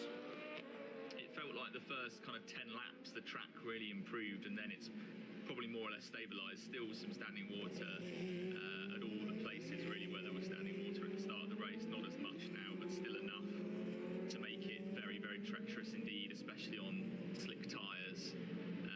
So it seems that the sun coming out was very short-lived. Basically, that was before the start of the race when we had the cars on the grid. It looked like the sun was coming out. It seemed at that time that the track was going to dry a lot faster than it actually has done, and because it is also quite a chilly day at Sugo, that's obviously meaning the track not drying out as fast as normal. And there is the safety car with its lights out, so the safety car is in this lap. So Shotsuboi will take back the lead of the race then in the AU Toms Toyota in GT500. Kei Cozzolino in the Ferrari will take back the lead, although their massive advantage has been wiped out. But there is definitely some history to be made for Kei Cozzolino and the Ferrari team. His co-driver, Lilu Badu, is on the verge of history if they stay in the lead. The best ever finish for a woman in Super GT history was Jun Akinoya, all the way back in 1995 in what was then, of course, the equivalent of the GT300 category now, on her debut back in 1995. A P2 is the best a woman's ever made. Can Lilu Badu and Kei Cozzolino hold on to this? I would suggest possibly is the answer, but only if the conditions stay in their favour. Here we go. Shotsuboi launches away. Look at the lead he's built up on Kazuya Oshima already. 82 kilos on board that Tom's Toyota, and he's already stretching out the advantage as they come off the 110R. Shotsuboi has designs on one thing and one thing alone: domination. Here at Sportsland Sugo, they come over the top of the crest, and it's green, green, green, green. We're up and away once again. So no problems at the start for Shotsuboi. He's already launched forward. There's a little bit of a threat already coming in, as that is Uki Sasahara trying to move up into third position. Losing the time initially, that's now been wiped out by the safety car. So let's see how far Sasahara can go. Could he make it to second position to join his teammates into the pits? Here we go. We've got the Denso Saab Supra, and we've also got the 23 Nismo, and Ronnie Quintarelli will get behind the wheel. Yeah, so two cars coming in for their mandatory pit stop, and that's the Gainer Nissan getting ahead there of the Subaru. So the Subaru dropping back there, the Gainer Nissan, of course we saw that come into the pits as Sasahara drifting his way past Kodai Tsukoshi for P3. Incredible stuff. So Toyota 1-2-3 now at the head of the GT500 field. Absolutely incredible from Lucas Sasahara. If you had any doubts that he is the man, well, the doubts are put to bed for the moment. Uki Sasahara fighting his way through to third position in front of Kodai Tsukoshi. Now he's got to try and go after Kazuya Oshima. Can he make it a 1-2 for Team Tom's Toyota? Giuliano Malesi will be sweating cobs down there in the pit lane, because he knows that if he gets handed the car in second position, all the pressure is back on his shoulders again. Got another car in the pits there. Is that a GT300 runner? I think it is. Yeah, it's the Team Le Mans Ferrari. and Orshima's closed back in now on Tsuboi in the battle for the lead. And don't forget, as the track dries out, you would expect just naturally the 14 car to get quicker because it only has the stage 1 restrictor, stage 2 for Sho Tsuboi. So the higher your restrictor is, the less power you have. Essentially, the more the fuel flow rate is restricted. It's not quite as severe as it was in previous seasons, but it's still enough to make a big difference. So here we go, Kazuya Oshima already starting to size up the move on Sho Tsuboi. He can't make the move there, of course, because it's far too high risk. Into Rainbow, down the back straight. He may have a good chance into Horseback as they go very long down this back straight. It's down the crest as well. So Kazuya Oshima not wanting to take too many risks, but he has got to run. It's not going to be close enough to make the move this time by, but you do get the sense that Kazuya Oshima is not going to settle for second position anytime soon. And look at how quickly Yuki Sasahara is getting back on terms with him. This is a proper race now at Super GT. This is turning into the best race of the season. Looks like the number 60 LM Corsa Supra has also been into the pits, so a couple of shuffles in GT300 as well. That car was running, I believe, P5 under the safety car, and this is now Yuichi Nakayama on cold tyres going a lap down in the Saab Toyota. Here we Can go. Oshima use that to his advantage? Not quite, he doesn't have the space, but that's Nakayama struggling, but he's getting in between the two leaders now. Oh, that's a real headache for Kazuya Oshima. He'll be fuming that Toyota is not getting out of the way. Look, you're a lap down. Come on, stop ruining my race. I've got Yuki Sasahara hot on my 6. I cannot afford to lose ground to him. This is brilliant. And now look, Sasahara's going to try and make the moment. Oh, so tight in the battle for the lead. Kazuya Oshima clearly quicker than Sho Tsuboi, but not able to do anything about it. Now he's going to make the dive at the inside. The Denso Supra is not getting out of the way. This is civil war at Toyota. Unbelievable. And look at Sasahara all over the back of Kazuya Oshima now, spying his chance. As Nakayama probably just about with the temperature in his tyres now. I think it's going to take probably more than a full lap around this short circuit on a day like today in these cold conditions. Sasahara not close enough at Horseback, but he will know that this will be one of his best chances. Oshima gets a little bit squirrely exiting Horseback there. Needs to be careful. This could be a Tom's 1-2 before you know it here. Now, you're probably at home wondering, look, Yuichi Nakayama is a lap down. Why isn't he getting out of the way? Well, there's a very easy answer to that, because he's still racing. Because he's lost a lap only by being in the pits. So he doesn't want to give way and lose positions, because that will cost him 2 or 3 seconds. He's still in the mix of the race with the other drivers that need to pit. So from his point of view, he doesn't want to move over and concede position. He doesn't want to lose any seconds. He doesn't have to. So he is trying to keep pace with Sho Tsuboi. He doesn't want to get out of the way. Now we're going to see a replay here. This is the Leon Mercedes. Oh, that's the Aston Martin going clean off the road. What happened there? Was that... just keeps it out of the barrier there. That was really, really critical though for Tomonobu Fuji. He's lost a load of positions there. He was running in P3. He will have dropped probably outside of the top 10, I would imagine, assuming that there's nothing wrong with the car. It was hard to tell whether that was driver error, whether there was something actually amiss with that Aston Martin there, but either way, that's not good news for D-Station Racing. I mean, he's recovered that well. He's in 5th position now. That is an absolute save. And one of the saves of the season, has to be said. Right, Nakayama has now overtaken them on the fresh tyres. He's got out of the way of Sho Tsuboi, and we are 1, 2, 3. Tsuboi, Oshima, Sasahara. This is an incredible race battle between these 3. 2 Tom's Toyotas and the Enios Supra, which clearly has the pace at the moment on Sho Tsuboi. This is going to be a heart-stopping race battle between these 3. Sasahara's got pace on Oshima. Oshima's got pace on Tsuboi. So this could be a real pendulum swing as they come up over the top of the crest. Tsuboi going as far into the race as he can, as too is Oshima and Sasahara, because there's no point trying to ditch this battle in the drink. Up into the first corner, and this is going to be about instinct now on the 36th lap here. They've got more traffic to deal with. Oshima's got a chance around the outside. He can't commit to it. Sasahara's got a chance as well, as they get pitched there by the run-up with Nissan. It almost made the difference in who's going to lead on this lap. Now Kazuya Oshima's got a chance on the opportunity on the acceleration to get through on Sho Tsuboi. Can't make it stick. And look who's behind them. All of a sudden, into the play comes Kudai Tsukakoshi. 4 cars now battling for the lead as the Subaru pits. Yeah, so the Subaru coming out of, I think that would have been 3rd place after Tomonobu Fuji's off. So remarkably, Fuji only losing 1 position with that off in the D-Station car. He's slipped behind now Gamor's Leon Racing Mercedes, but that was a very, very lucky save for the D-Station driver slash team director there. How close is this battle? How narrow do you like your gaps in motor racing? Tsuboi, Oshima, Sasahara, Tsukakoshi, 4 cars fighting for the lead in Super GT, the best sports car series in the world, the toughest to win in the world as well.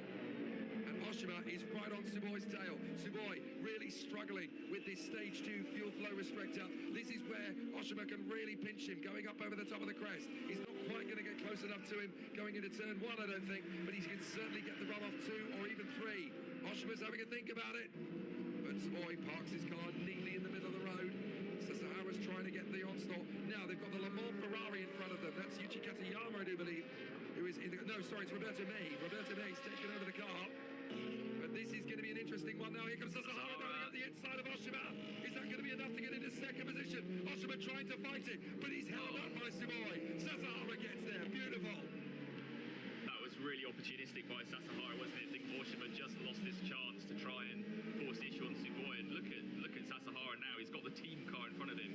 He needs to be extremely careful here. If he will feel the wrath of the Tom's team if he does anything to damage the prospects of the 36 car, which is leading the championship. Tsuboi might be well advised to simply let Sasahara by and see how things develop. And look at Sasahara now. He's going for it. Dives in, gets the lead. Ukyo Sasahara. What a comeback for the Deloitte Supra. Into the lead of the race goes Ukyo Sasahara. He takes the lead, and Giuliano Alesi in pit lane will be absolutely delighted. His teammate has managed to put the Deloitte Supra not only into the lead, but look, he's gapping. He's disappearing. The longer it takes for Kazuya Oshima to get through. Now he's going to get the move as they get past the Mach 5. And oh my goodness, Tsuboi gets properly held up by the Mach 5. Tsukakoshi gets through as well in the Civic. So down from first place to 4th in half a lap. I mean, I think Tsuboi was really staving off the inevitable for longer than he had much right to do there with the lack of power, with that fuel flow restrictor. Great job, but like you say, it was the Mach 5 car that just appeared in the wrong part of the track at the wrong moment. But look at Oshima, he's not letting Sasahara go, and there's a whole clump of GT300 traffic coming up. So Oshima, I think, still has a chance to try and get his own back on Ukyo Sasahara there. The GT300 victory isn't won yet either. Keiko Salino being caught up by Nicholas Critton in the BMW. And now we're watching a little bit further back. This is Bertrand Baguette, Tatsuya Makino, and Hiroki Ashura in the fight for 5th position. Nice tank slammer there from Bertrand Baguette. In the background, we've got Sugio Matsuda. He's quietly worked his way up to 8th position in the Kondo. Remember how he was in about 14th, 13th place for most of the race? Well, this restart under the safety car was definitely helped out Sugio Matsuda and the Kondo squad. Look at that from Bertrand Baguette, nearly swapping ends in the impulse as he comes off horseback. That was so nearly a tank slammer that would have put him in the wall. Bertrand Baguette really flirting with the limits here. Yeah, that safety car has definitely helped out Baguette. And I'd say Ashura to an extent, maybe just allowing them to cool down those tyres if they were overheating before. But we should see the Yokohamas come into their own the less water there is on the track. Bertrand Baguette found the RQ's Mercedes in the worst possible location on the exit of 110R. Almost went into the back of him. Tatsuya Makino's now trying to take advantage of it. Here he goes, into turn 2. No, you don't, says Bertrand Baguette.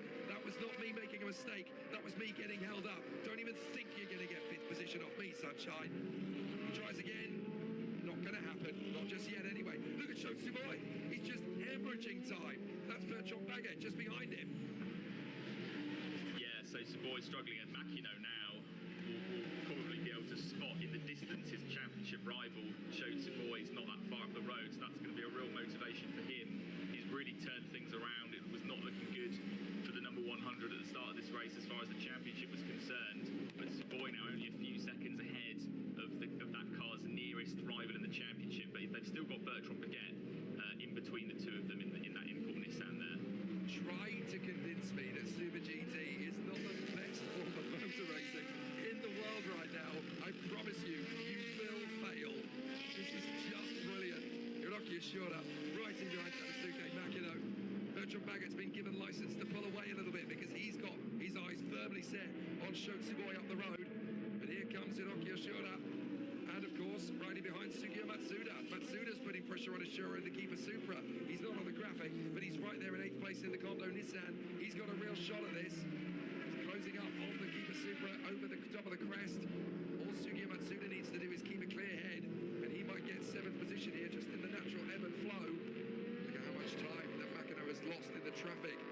Bertrand Baguette, it's so difficult to time these overtakes right on these GT300 cars. I'm actually really surprised we've not seen any more takers for the pits in 500 after those early stoppers, the Nissan 23 car and the Saab Toyota. I thought that might start a bit of a trend of cars coming in, but if they do think that the track is going to dry out enough in the next 16 or so laps to change to slick tyres, then that might be why they're deciding to stay out, because those cars that did already come in, if they do need to have slick tyres, then that will count as a second pit stop, and that will put them really far down the order. Well, can I make a really mad bid here? How much time is Ronnie Quintarelli making up on those fresh wets? Because he was the first to pit, of course. They handed the car over to the Nissan. They're a lap down, of course, but that's because they pitted and the 13 cars ahead of them have not. There's an actual argument here to suggest that this race is not necessarily going to be won by any of the drivers in the top 13. If Ronnie Quintarelli has timed this right on his own, out there just putting decent laps in, when they come in, Ronnie Quintarelli could be the one who leads this race. Potentially, but then the question is, does he have to come in again? So that's the real conundrum here. But because if it dries out, then they're really in a spot of bother. If it stays like this the whole way, but we're not even at half distance yet, so I think that's very premature to say. It does look like we might get the full race distance in here. We could go as long as 4:45 p.m. That's an hour and 15 minutes from now. We're at half distance now, so I think as long as there's not too many safety car periods, we should get the full race in. Well, there's the Mutaringen car. They come in for the pit stop, and that's going to be, of course, Hibiki Taira. Looks like they're just making a subtle adjustment there on the... Oh, it's all go at the Ventani Lamborghini, isn't it? They've taken one of the tear-off strips off the windshield. Look at the steam coming off the brakes. That just shows you how hard they're working here. This is a heavy brake circuit anyway, but in these conditions, of course, the brakes really are working overtime.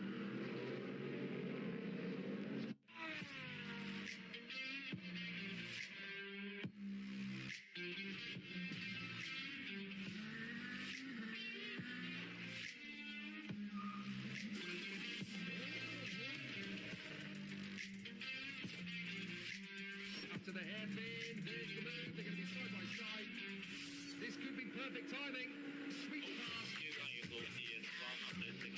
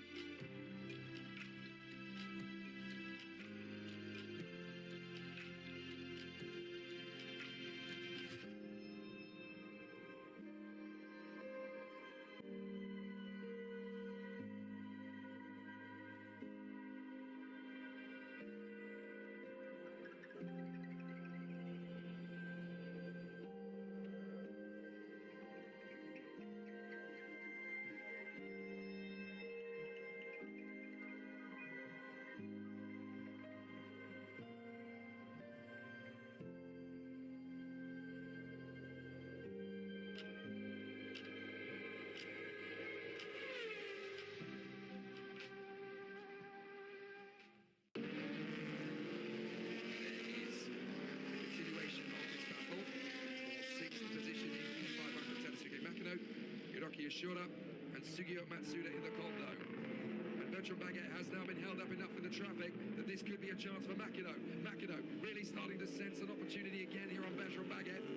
You can see his car up front. Where's Shotsuboi? There is Shotsuboi coming up over the top of the hill. He's having another crack at Kunosuke Koshi. He wants to get back into the top three. So he seems to have found something in the traffic to come back. They've just got past the Subaru. So obviously still a bit of work to do then. But this is very tricky stuff. They've got a very busy pit lane exit as well to negotiate. I think the GT500s should just clear that by the time the cars come through. Tsukakoshi drifting wide. This is not easy. And look at how close Sugi Matsuda's got down to Hiroaki Yoshida. So the maximum cut-off for the drivers to oh, we've got a Helm Motorsport Nissan off in the background there. That's not what they need. I think they've just been into the pits. The Helm car, there it is. The number 62 machine should get back on the road, although it looks like it's crabbing quite badly. So maybe there's something more untoward there. That's Yuya Hideaki at the wheel. But the Gainer Nissan's off. The Gainer car drifts off the road. Well, that's going to be a big side impact. That's probably going to be a safety car again, I think. I would think so. That surely, if that car doesn't get going, and I don't think it will, because that was a hefty impact exiting Rainbow Corner there. That's such a shame for that team, because that's a car that's handcrafted essentially a whole bunch of stoppers now in 300, the 31 Lexus, they're all the coming 56 Kondo racing car, and look at the Studdy BMW is also in. Yeah, they're all coming in. They're all taking this opportunity. They know that they can quickly get this pit stop in before the safety car. It's not drying out, so they may as well just box in and put a fresh set of wet tyres on. I'm afraid that really has put the kibosh on any chance of Ronnie Quintarelli taking the lead at this point. But everybody's in. Everybody. Because they're expecting a safety car, and why wouldn't you? Because that was a hefty impact for the Gainer car. Looks like the Kondo Nissan stayed out there, interestingly. Yeah, so that is fascinating. Sugio Matsuda then will take the lead, and then the other car that stayed out is Nobuhara Matsushita in the ARTA Mugen. So that's those just rolling the cars, dice, isn't it? Yeah, those two decided to stay. Oh, and that's Okuza, Ricky Okuza, first lap out of the pits, and Ricky Okuza going straight off the road at the same place that we saw the Runner Revoke car going off. Oh, look how busy and congested it is in the pit lane. Yeah, quite a few cars doing dive pit stops. Who's going to be out of the pits first? Looks like the Giuliano Lacey will have taken over the 37 car. These are all the driver changes here. Look at the 36, had to be pushed back. Kenti Yamashita struggling to keep it under control, finally gets away. He's ahead of the Real Racing Honda. The Real Racing Honda slow here. Look, the Impul car and the Team Kunimitsu having to back up as well. It's such a tiny, narrow pit lane here, and that's put them back behind the Ceramo Toyota. So a couple of cars there getting really caught out. I think as well, I think Naoki Yamamoto's actually also got out behind. Was that Toshiki Oyu in the keeper Suromu? I think Toshiki Oyu actually managed to get out in front of them as well. It would be Oyu, yeah. So full course yellow now, the 11. Right, Lilu, time to take a deep breath and get yourself ready for a very tough mission. Lilu Wadu will take over the lead of the Kei Cozzolino Poros Racing Ferrari. And the Gainer Talix Nissan has, as you can see, attempted to try and get through. Now it's full course yellow, not safety car. So that's interesting. They've decided not to go. Let's have a look at it again. On the throttle. Oh, are they going to get sideswiped? No, they're just going to get too early on the throttle. Oh, that's so unfortunate. Ready? Ishikawa at the wheel there, yeah. Oh, that's that car. That car had been in the pits quite a while earlier. Oh, a puncture for Roberto Meri. Yeah. So it's all going on now. It's coming in a closed pit, so that would be a penalty as well, just to add further insult to injury. I'm trying to work out what the order's looking like now, because the cars that came in early, the two cars that pitted first of all, we got that another car stopped stopped on the side out. of the road. That looks like a Lexus. Is that the number 50? It is the number 50. Oh no, that's the Anastawata car. So Furutani trying desperately to get the car moving again and get it up the hill at least, so that he can bring it back to the pits. What is going on at Sportsland Sugo? So now I think it'll be interesting to see, but I think Ronnie Quintarelli is now a net second. I think he's so that early pit stop really helping him. Yuichi Nakayama's up to a net P4, so I believe the order is this: 37 Giuliano Lacey, 23 Ronnie Quintarelli, 14 Nirei Fukuzumi, 39 Yuichi Nakayama, and then 14 Kenti Yamashita. So we have two cars that haven't stopped at all, Tugyo Matsuda and Nobuhara Matsushita, but I think that's a big mistake on their part, because they're going to lose so much ground to everybody else. to come in before. This was a point I was going to make just before the gainer went off there. You have to come in and do your driver change before lap 56 because that's 2/3 distance. So that the actual number of laps they've got to stretch a lead is very, very limited, and they're on old tyres. So both of those cars are completely out of the game as far as I'm concerned. So you can see on your screen now the order with all the cars with a 1 next to them. They're the cars that have done their mandatory pit stops. So that is the order: 37, 23, 14. Now Safety the car next now. top 3. We've changed from full course yellow to safety car. This is a disaster for Kondo. Even more of a disaster. Yeah. Kondo Racing and ARTA Mugen number 8. Well, that's game over. They can't come back from that. Yeah, that's yeah, there's something I mean, truly. the second you see that Gain Italics Nissan going off, that's your cue. Pit in now. Everybody else, why wouldn't you not do it? Well, I'm just going to play devil's advocate here and say, if you're planning to change to slicks on lap 56 because you're that confident it's going to be ready, that's the only reason I can possibly think of. But that would be an extremely brave, foolhardy, even perhaps gamble to make at this stage, I think.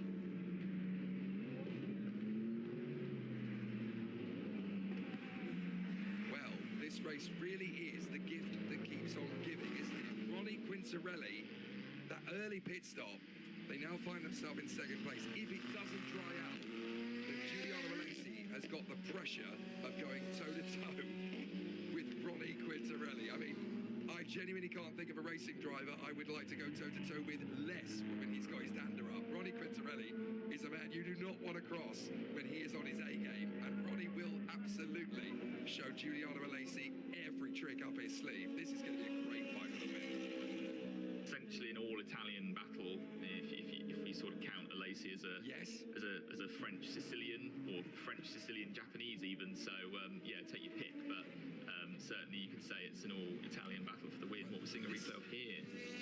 Replay. Oh, that's because Yoshimura going off. Sorry. Oh no, Niro Fukuzumi. Sorry. Fukuzumi taking over the car, but he's taken that off under safety car. Yeah. Now that is potentially going to come back to bite them, because the officials could look at that and say, well, you were obviously going too fast under safety car to leave the circuit.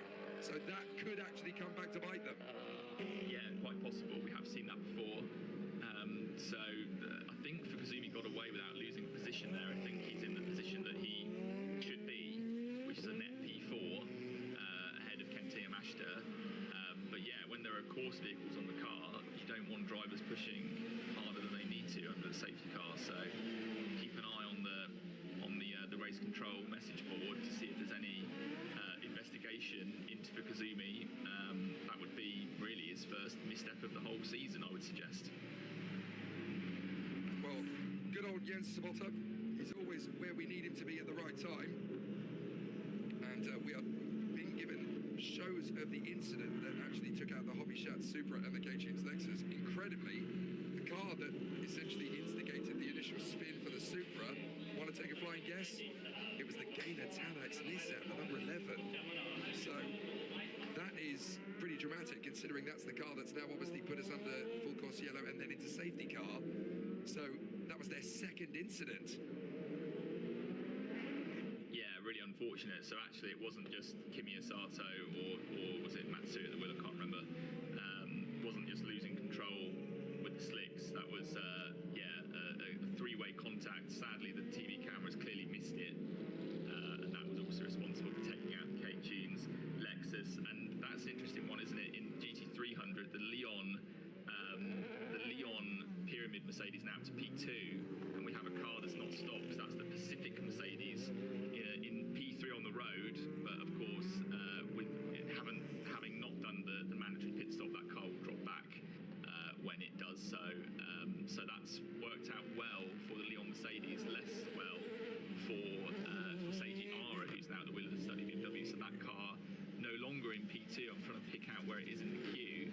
I think the study BMW may have lost out a bit more there. Yeah, let's look at the GT300 based on where we're currently at, because Lina Wadu is currently making some history. She's the first woman to lead in GT300 for quite some considerable time. Takaru Shinohara in the R&D Mercedes is now technically in second position. Yusuke Tomobayashi in the Pacific that you just mentioned, they're in third place. Although, of course, they haven't pitted. Seiji Ara is next up in the BMW. That's going to be tough. Lila Wadu going toe-to-toe with Seiji Ara. That will be a tricky one. Then Charlie Fagg in the D-Station Aston Martin. So expect him to be strong on those Dunlop tyres now that they're fresh and they're ready to go. Hopefully they've not done too much damage after Fuji's trip. That trip, you can actually see it on the grass, the trip that Fuji made. You can see the marks that the wheels have left. Thank goodness they were able to get going again without losing too much time. Then you've got Kazuka Matsura in the J-Lock and Hideki Machi in the R&D spot. We're just going back over the highlights again. I have to say, this is going to be a tough mission for the editor to come up with the highlights of this one, because this race isn't enough to fill a whole season and we've only just gone past half distance. Yeah, that's the beauty of these kind of mixed conditions, isn't it? Because just different cars are quick at different points of the race and it can really change within the space of just a few laps. So we've seen so much action in both the classes, and that, I think this also is a really good advert for the tyre war, because we see different tyre manufacturers coming in and out of the ideal window for their tyres, and even manufacturers on the same tyres. You know, we shouldn't forget that there's a huge range of tyres to actually choose from, even within each individual brand. So that also gives us plenty of action. That was a great move, wasn't it, from Cozzolino? A little bit of rubbing on the shade racing. I wonder if that rub might have contributed to the wheel coming off eventually, because I think it was actually the same corner of the car that the wheel parted company from. That just speculation on my part. No, I mean, nothing untoward from Cozzolino. No, you're right in suggesting that, because the first initial nudge was on the right side and then they traded paint on the left side. So you may have a point there, actually. It could well have been the little paint traded with Kei Cozzolino that actually loosened the wheel in the first place. Here is that moment, the wheel coming off. Such a shame for the Shade Racing team. They've done amazing work after that. How close was that? Wow. That is lightning reflexes to avoid the wheel. So that was the aftermath of the accident we were just describing that we didn't get to see, involving the Gainer Nissan as well. So the Gainer Nissan came out completely scot-free, didn't it? But eventually getting its comeuppance when Ishikawa went off the road by himself. And this was the move from Sasahara. I mean, just really aggressive, controlled aggression, but these are the ideal conditions for Sasahara now. Lacey at the wheel of that car, and what an opportunity he has to try and bring it home for a second win of the season. I mean, I almost can't believe I'm saying that. Considering that car's travails last year. It's a very good point as well, especially when we've been talking in the past about, does Giuliano Alesi have what it takes to keep that mentality for a permanency in Super GT? You'd argue now, well, that's no longer a question we're even asking. If the potential there is, if he comes through for a second win, that's massive. What I'm also keeping an eye on, just because I love history, I love the purity of these things, I am really, really keen to see if Lila Wadu can hold on in that Honda's Ferrari. She's got a lot of pressure on her, to be fair. Takura Shinohara is going to be right behind her in the R&D Mercedes, initially at least. Seiji Ara, Charlie Fagg, Yusuke Matsura, Hideki Yamauchi. She's got so many star drivers right on her tail on this restart. But if she can pull it off and be the first woman to win in Super GT, well, I've been raving about Lila Wadu for about 2-3 years now. I mean, I still think she's got the potential to become the first woman eventually one day to go and win the Le Mans 24 Hours. If Ferrari take a look at this, they have definitely got to start considering, if we're going to add racing drivers to our roster in hypercar, Lila Wadu's worth a consideration. Well, funny you should say that, because actually the Ferrari press manager, Luca Giraldi, I know is at Sugo this weekend, because I saw him at Fuji last weekend for the World Endurance Championship, and he was keen to see Lilo in action, so I'm sure he'll be reporting back to Maranello about what a good job she has done. However, I'm going to temper that by saying I don't know if she's actually driven any laps this weekend, because of course there was no qualifying, there was warm-up, so she may have driven there, although I think most of the cars will have put the starting driver in. So I think Wado's mileage is extremely limited. She did do a test here along with a lot of the GT300 teams back in July, but of course conditions now completely different from then. So yeah, it's still a big ask. It's one thing to have a veteran like Cozzolino who knows this place like the back of his hand, leading the way. But for Lilo, she's still lacking experience, and it would be remarkable, I think, if she can hang on to the lead with so little mileage. I mean, we would say that about any driver in her position. She's obviously got a big opportunity in the lead of the race, but as you say, with a driver who's not done any mileage this weekend, in these conditions, when it's so variable, when the tyres are not really behaving the same way from lap to lap, that's a big ask of any racing driver when you've got no track time so far this weekend. So we're not trying to be a downer on Lilo Wadu. We're taking this in the wider context and saying that if you give the lead of this race to any driver who's not done any mileage this weekend with limited experience in this category, that is a massive, massive task. So we could see something spectacular here, but it is going to be a difficult one, that is for sure. GT 500, Tsugi Matsuda leading the way. Nobuhara Matsushita in the ARTA Mugen in second place.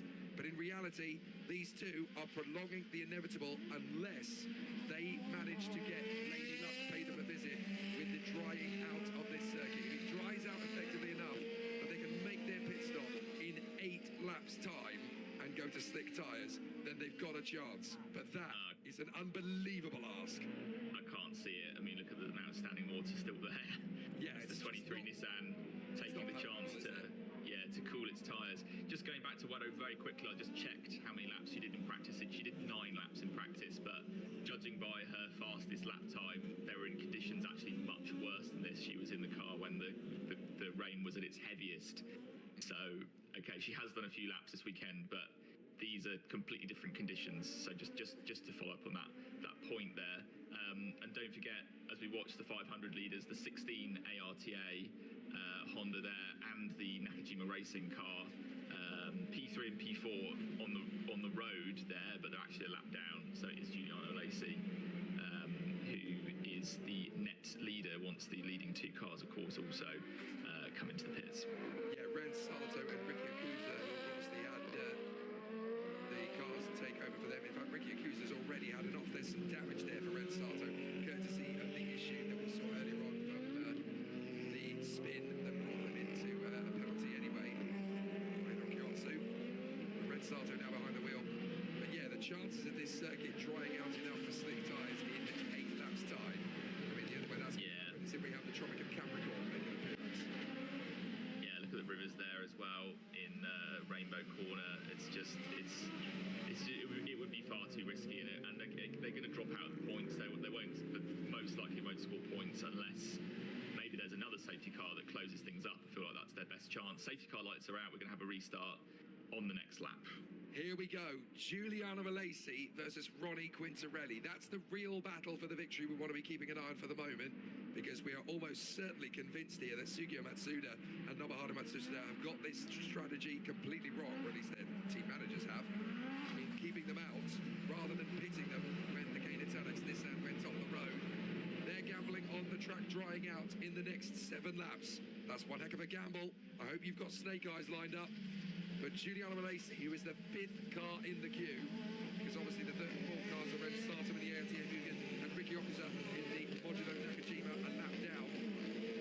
The real battle here is going to be between Giuliano Alesi and Ronnie Quintarelli on the restart, and they are absolutely locking horns already. Here we go, Matsuda and Matsushita coming out of 110R. They're going to be putting on a battle right from the outset. They've got to try and get as far ahead of the rest of the field as they can, and then hope it dries out in 7 laps. Good luck, you're going to need it. Green, green, green, green, here at Sportsland Sugo. Now watching the background as Giuliano Alesi is flashing on the blinkers, trying to get Ricky Okusa out of the way. He manages to get him to do so. It's going to be really tight from here. Look at the squabble going on further back. That's Fugasuni with Yamashita and Hiramine.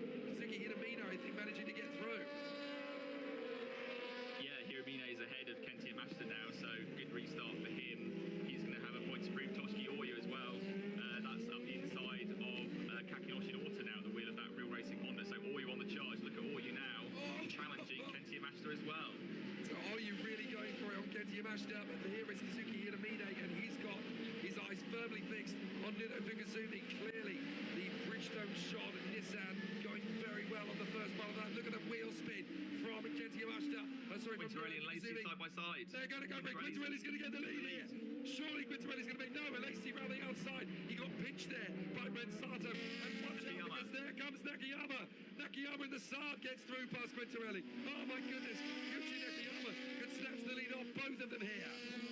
Yeah, Nakayama was in the pits on the same lap as Ronnie Quintarelli, so that's another car that's really done well with the strategy. And look at Nakayama's got a good run coming through the last corner here. This could be a challenge for the lead as they go over towards the start-finish line to start lap 51. So Yuji Nakayama and Ronnie Quintarelli, beneficiaries of their very early pit stops. They're now putting pressure on Giuliano Alesi and the Tom's Toyota. This is where things could get really interesting, but this is the race-leading battle now for these three cars. Giuliano Alesi, Yuji Nakayama and Ronnie Quintarelli. This is the net lead because the two cars up the road are obviously both going to need to make a pit stop in the next 7 laps, and they've got to pray that it's for slicks, but it won't be suitable, the circuit, for slick tyres to make it work. So this is the race win that we are contesting here. Alesi, Nakayama, Quintarelli in the background trying to get back into that fight is Kazuki Hiramine, and he's going quickly enough now, having got ahead of the Keeper Supra to make himself part of this battle. Look, he's only a few car lengths behind Quintarelli. Here comes Nakayama trying to make his bid now on Giuliano Alesi. Hiramine and Toshiki Oyu as well. Don't rule out Oyu in these kind of conditions.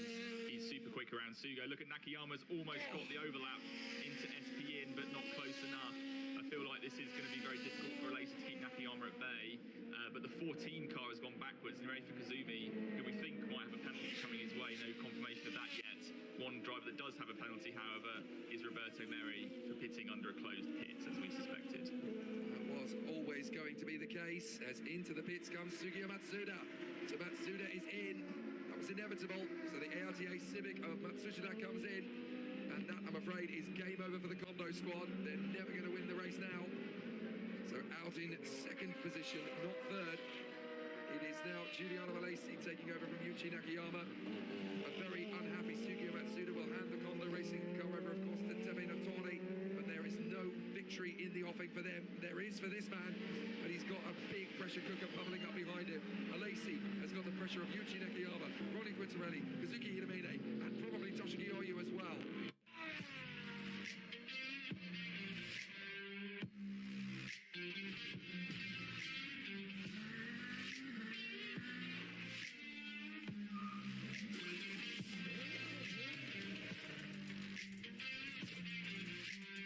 To the hairpin, there's the move, they're going to be side by side. This could be perfect timing. Sweet pass. You can use audience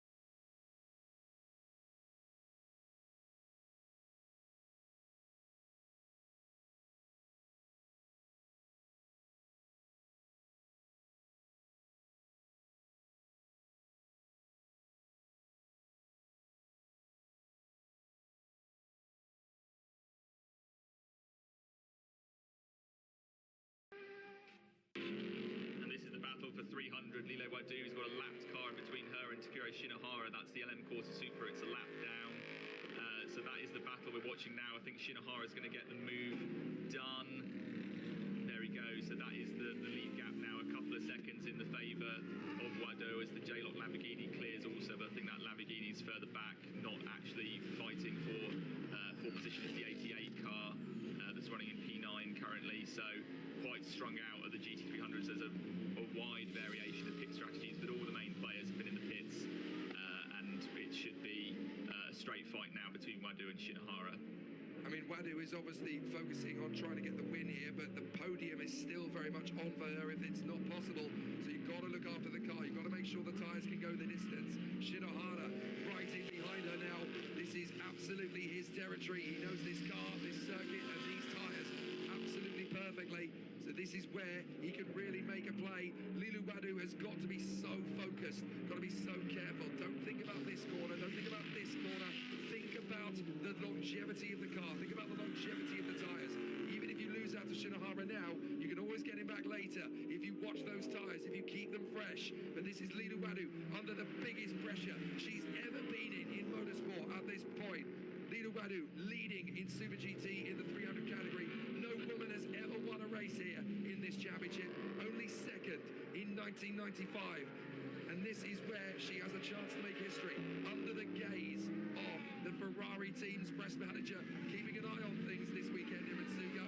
But Shinohara definitely putting Wado under big pressure. The up garage NSX is in the way. She hops over the curbs, determined to keep the lead. Come on, Lilu, what can you do to hold him off?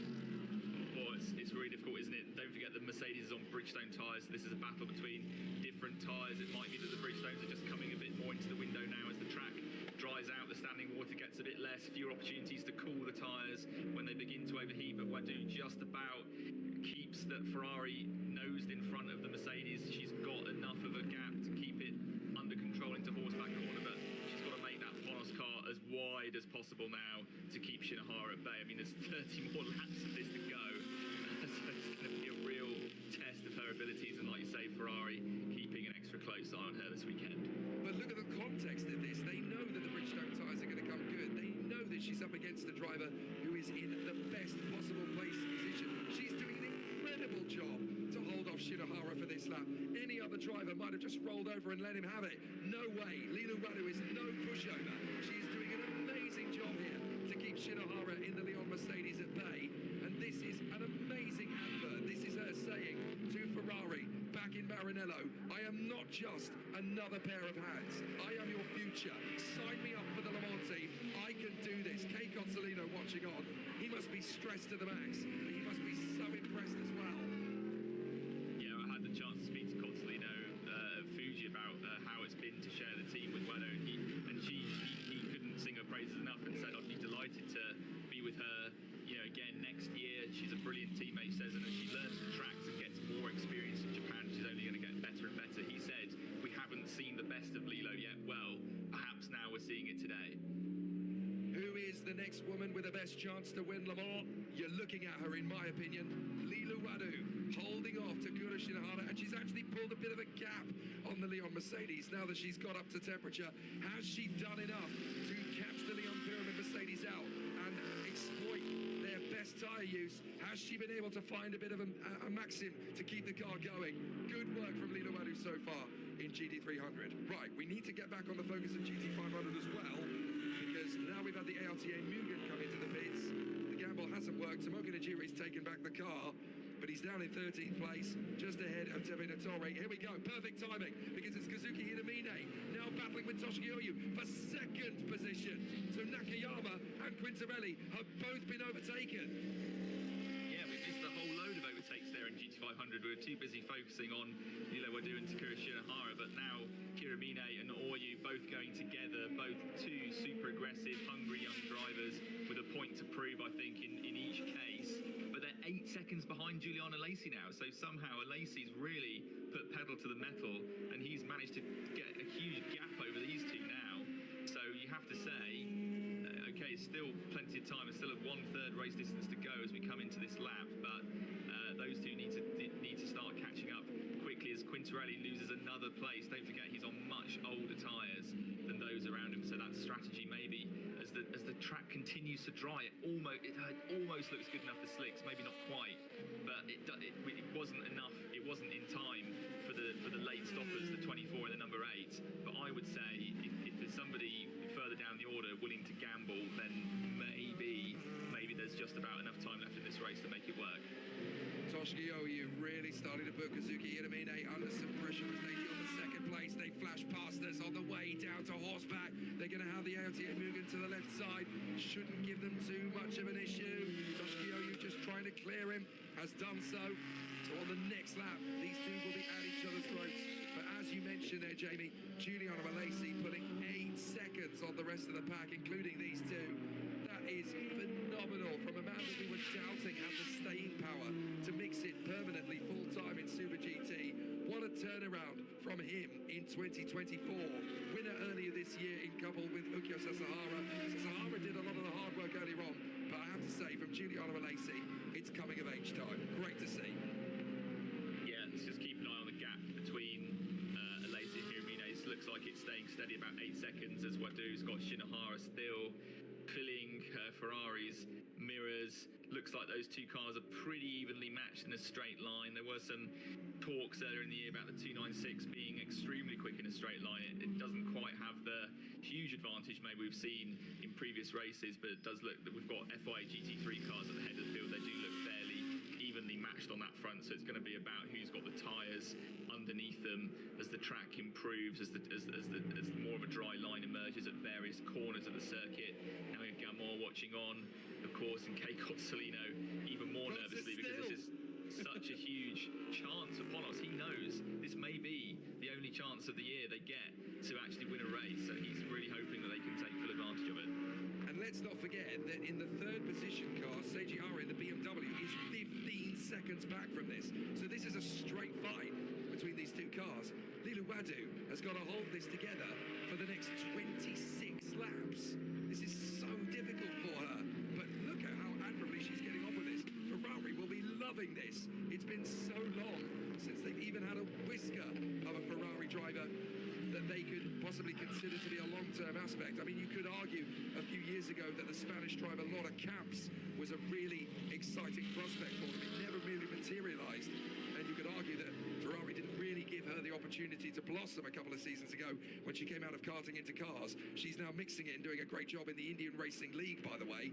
But Lilu Wadu, what an opportunity this is for her. Ferrari have never employed a full-time lady driver to their sports car program up front. It's always the first time. Yeah, well, she already has driven the 499P as far as I can remember. I think she did the rookie test in Bahrain last year, but instead of putting her in a hypercar, Ferrari deciding to put her in Super GT, which I think was kind of a slightly left field move, but I think a really good move for her development and to be back in an all-pro environment. She's spent a few years in Pro-Am categories.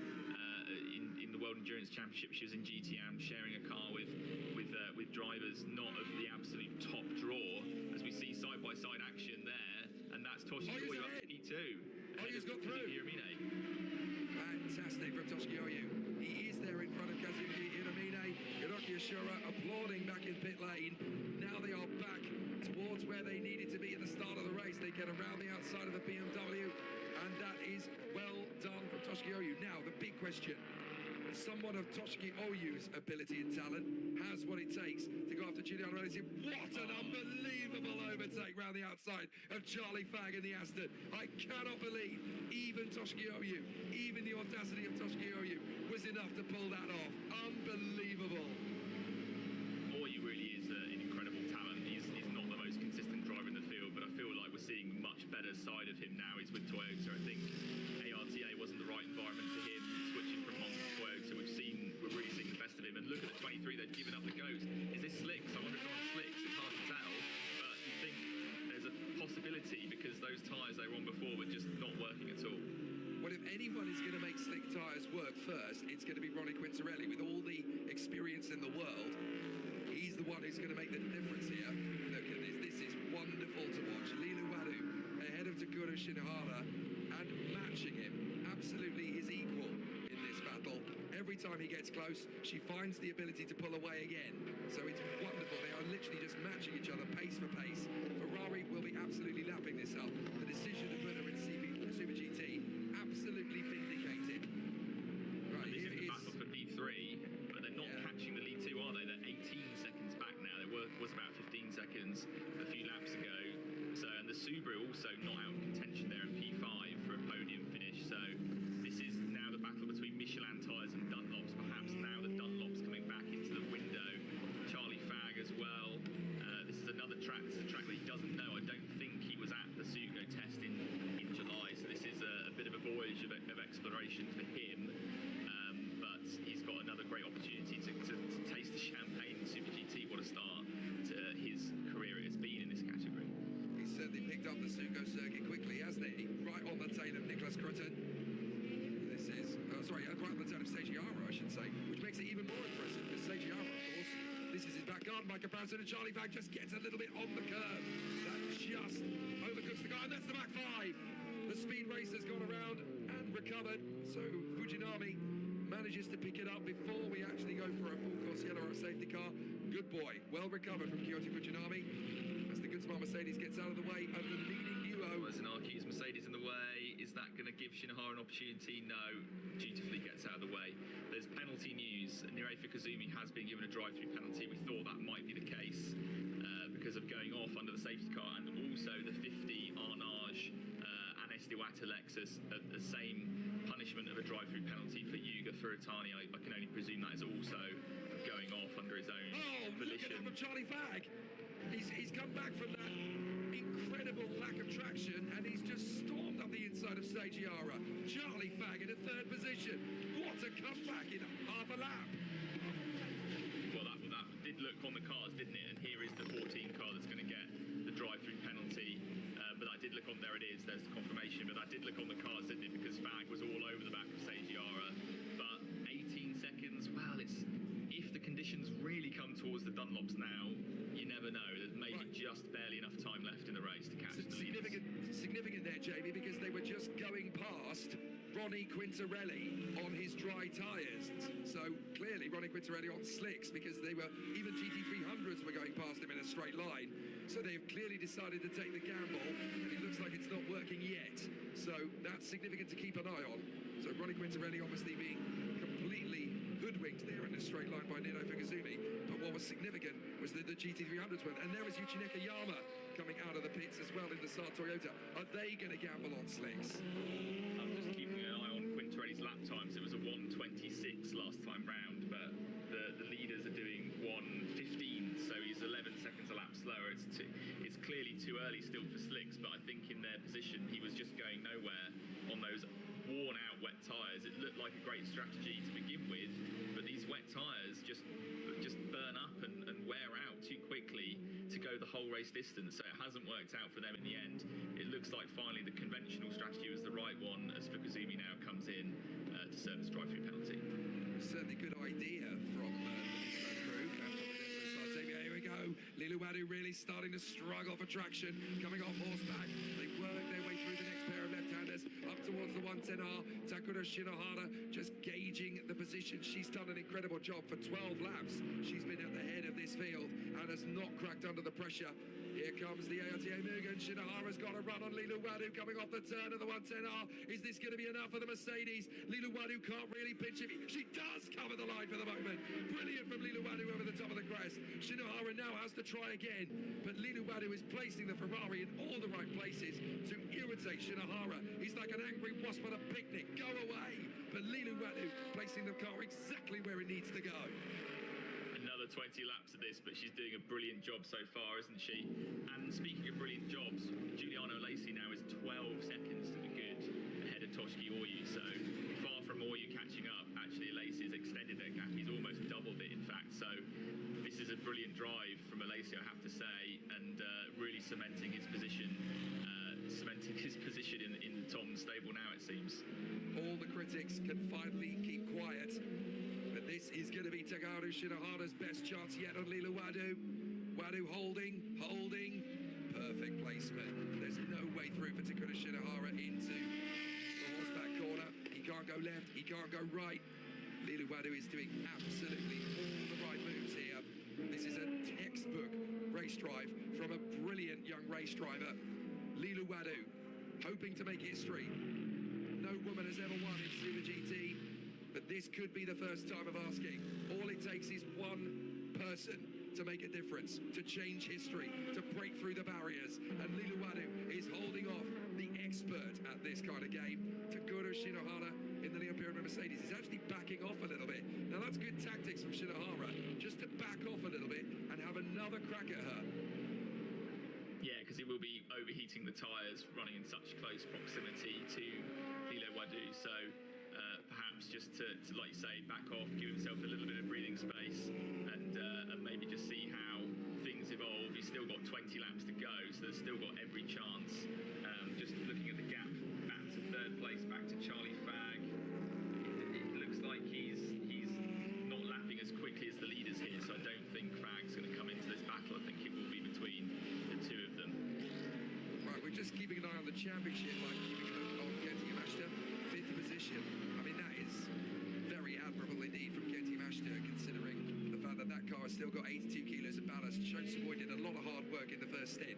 So for Kenti Yamashita to still be up there in the top 5, the next car along, ironically enough, is Naoki Yamamoto in the Stanley Civic. So both championship contenders are literally driving the wheels off their cars, doing everything they can to keep in the decent points-paying positions. And both of them are in the top 6. Wonderful. Oh, that's the Motorsport Supra in front of Miyake, isn't it? And have they got ahead? Oh no, sorry. No, my apologies. That is the car that's a lap down. That is the. I think that's one of the other Supras that's involved in that one. That was the LM Corsa Supra. He just lapped. Oh, the number 2 car went off the road there. Yeah, he's got the Motorsport Supra for close company, and there is Giuliano Lacey with the stage 1 fuel flow restrictor. But again, I think this is a day with these conditions where the fuel flow restrictors are not really making a great deal of difference, and the track hasn't quite dried out fully, has it? And look at Toshiki Oyu there, lost 5 seconds in 1 lap. So we don't know what happened there, but that almost suggests that Oyu had an off or something like that. Obviously maintained 2nd position and actually has chipped away very slightly at the gap since then. But I'd love to know what happened on lap 61 there, because Oyu gave away 5 seconds to Giuliano Lacey, and that's just given him an even more comfortable buffer that he can nurse to the end of this race.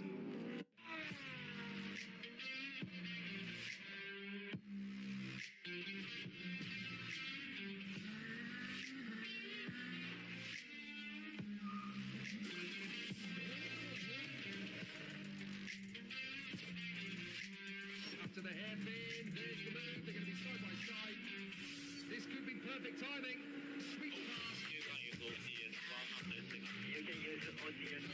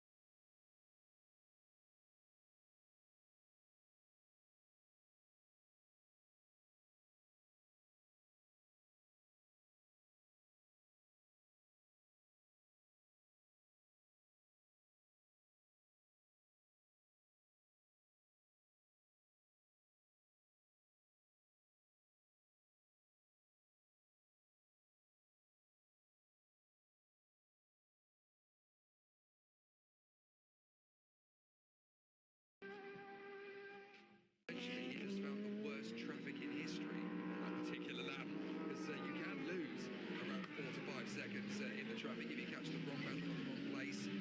Look how much faster this circuit is now. Remember at the start of the race we were overlapping in the 135s, 134s. Look at us now, we're in the 115s for the race leaders. This is such a faster circuit now. Again, I would say if you want to gamble, then slick tyres is worth a bet. But again, I still think, looking at the lap times of Ronnie Quintarelli and Yuichi Nakayama, we're just not quite there yet. It's going to be one of those races where you need to nurse your rest, because that will be what gets you to the finish line in a good position. Here's Toshiki Oyu, trying desperately to catch up to Giuliano Alesi.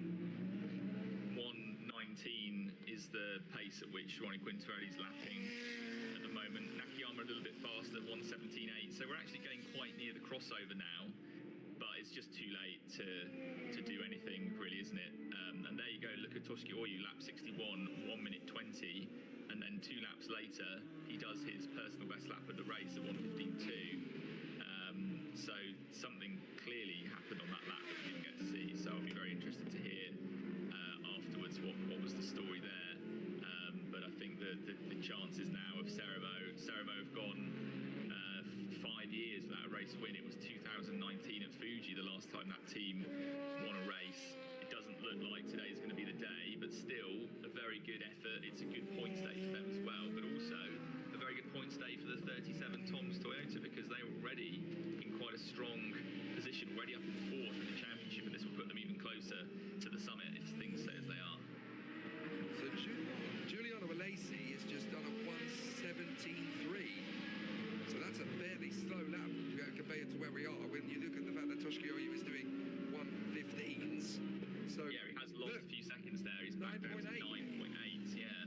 This isn't over yet. This definitely isn't over yet. 17 laps to go and 9.8 seconds.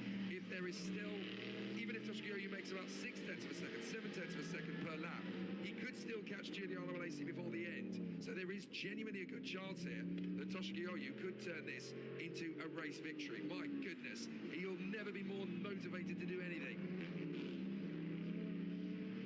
Shinota there is leading the Civic charge, but he's 34 seconds off the lead. But I think considering where that car started, Kodai Tsukakoshi also doing a great job in the first half of the race to bring that car up the order.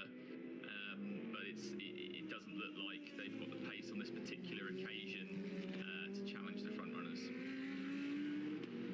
Well, this is fascinating. Absolutely fascinating stuff. Toshiki Oyu desperately trying to push forward. The other thing, of course, that we have to talk about is that we're at lap 68, so we have passed the 75% distance threshold, so it is going to be maximum points. I don't think we ever considered that.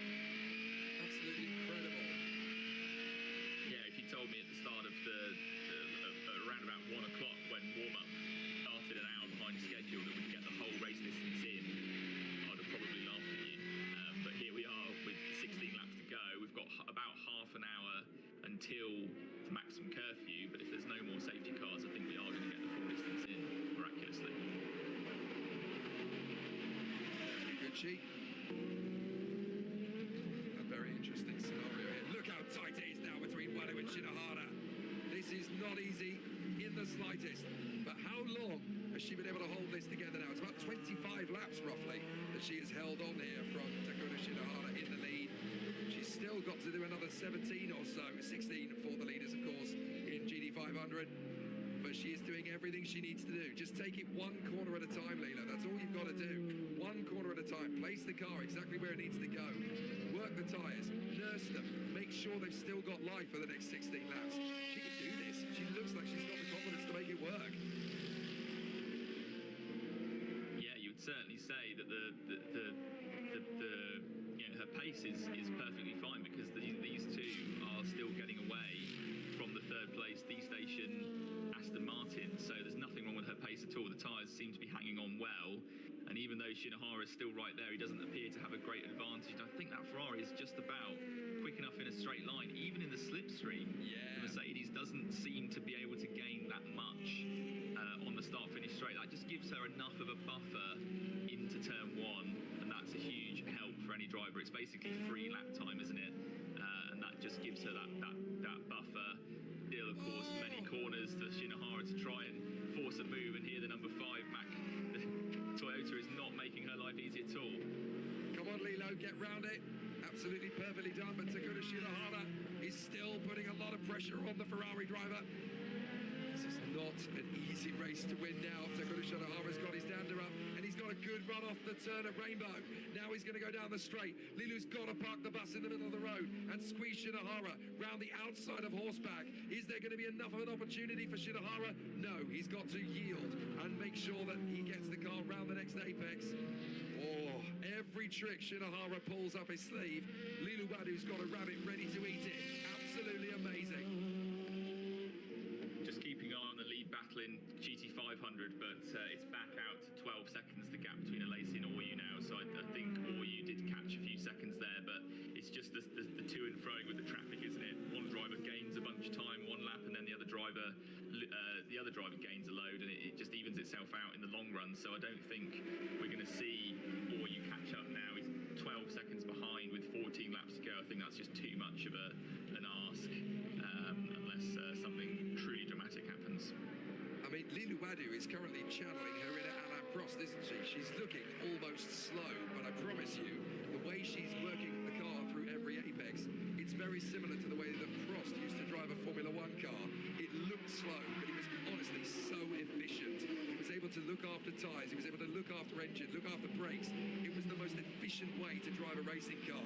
Noya Gamu and Kei Cozzolino crossing fingers and sweating buckets back in pit lane. But Lilu Wadu is being so calculated with the way she's positioning the car, with the way she's driving it. Right, they've got Giuliano Alesi. Let him go. Takura Shinohara's trying to use the slipstream to make the move on the inside line. No, you don't, says Lilu Wadu. French driver passes French driver, and Wadu doesn't buckle under the pressure, but Shinohara's a lot closer than he has been. But he twitches in the way through the left-hander into SP1. Lilu Wadu still hanging on, hoping that history is coming her way. I think that's going to be the biggest issue for Wadu, is if she just gets wrong-footed by a GT500 driver. And look at Shinohara now, he's as close as he's ever been, and he's got the side-by-side run here. I think this could be the chance for him to go through. This is going to be the moment, surely, for Shinohara. Lilu Wadu's done everything she can, but Shinohara's going to get there. Now she can try and get the switcheroo undercut and overlap, but it's not going to happen. Takura Shinohara takes back the lead in the Leon Pyramid Mercedes. Noya Gamu is delighted. Kei Cozzolino and Lilu Wadu may have to wait for history to occur. But my goodness me, has Lilu Wadu done an incredible job trying to keep him back. That was the bravest 28 laps I have ever seen from a GT300 rookie. Yeah, valiant effort, but I think it was always going to be difficult for her to stay ahead for that many laps. Now Leon Mercedes are on course for back-to-back wins, because don't forget they had the victory last time out at Fuji Speedway.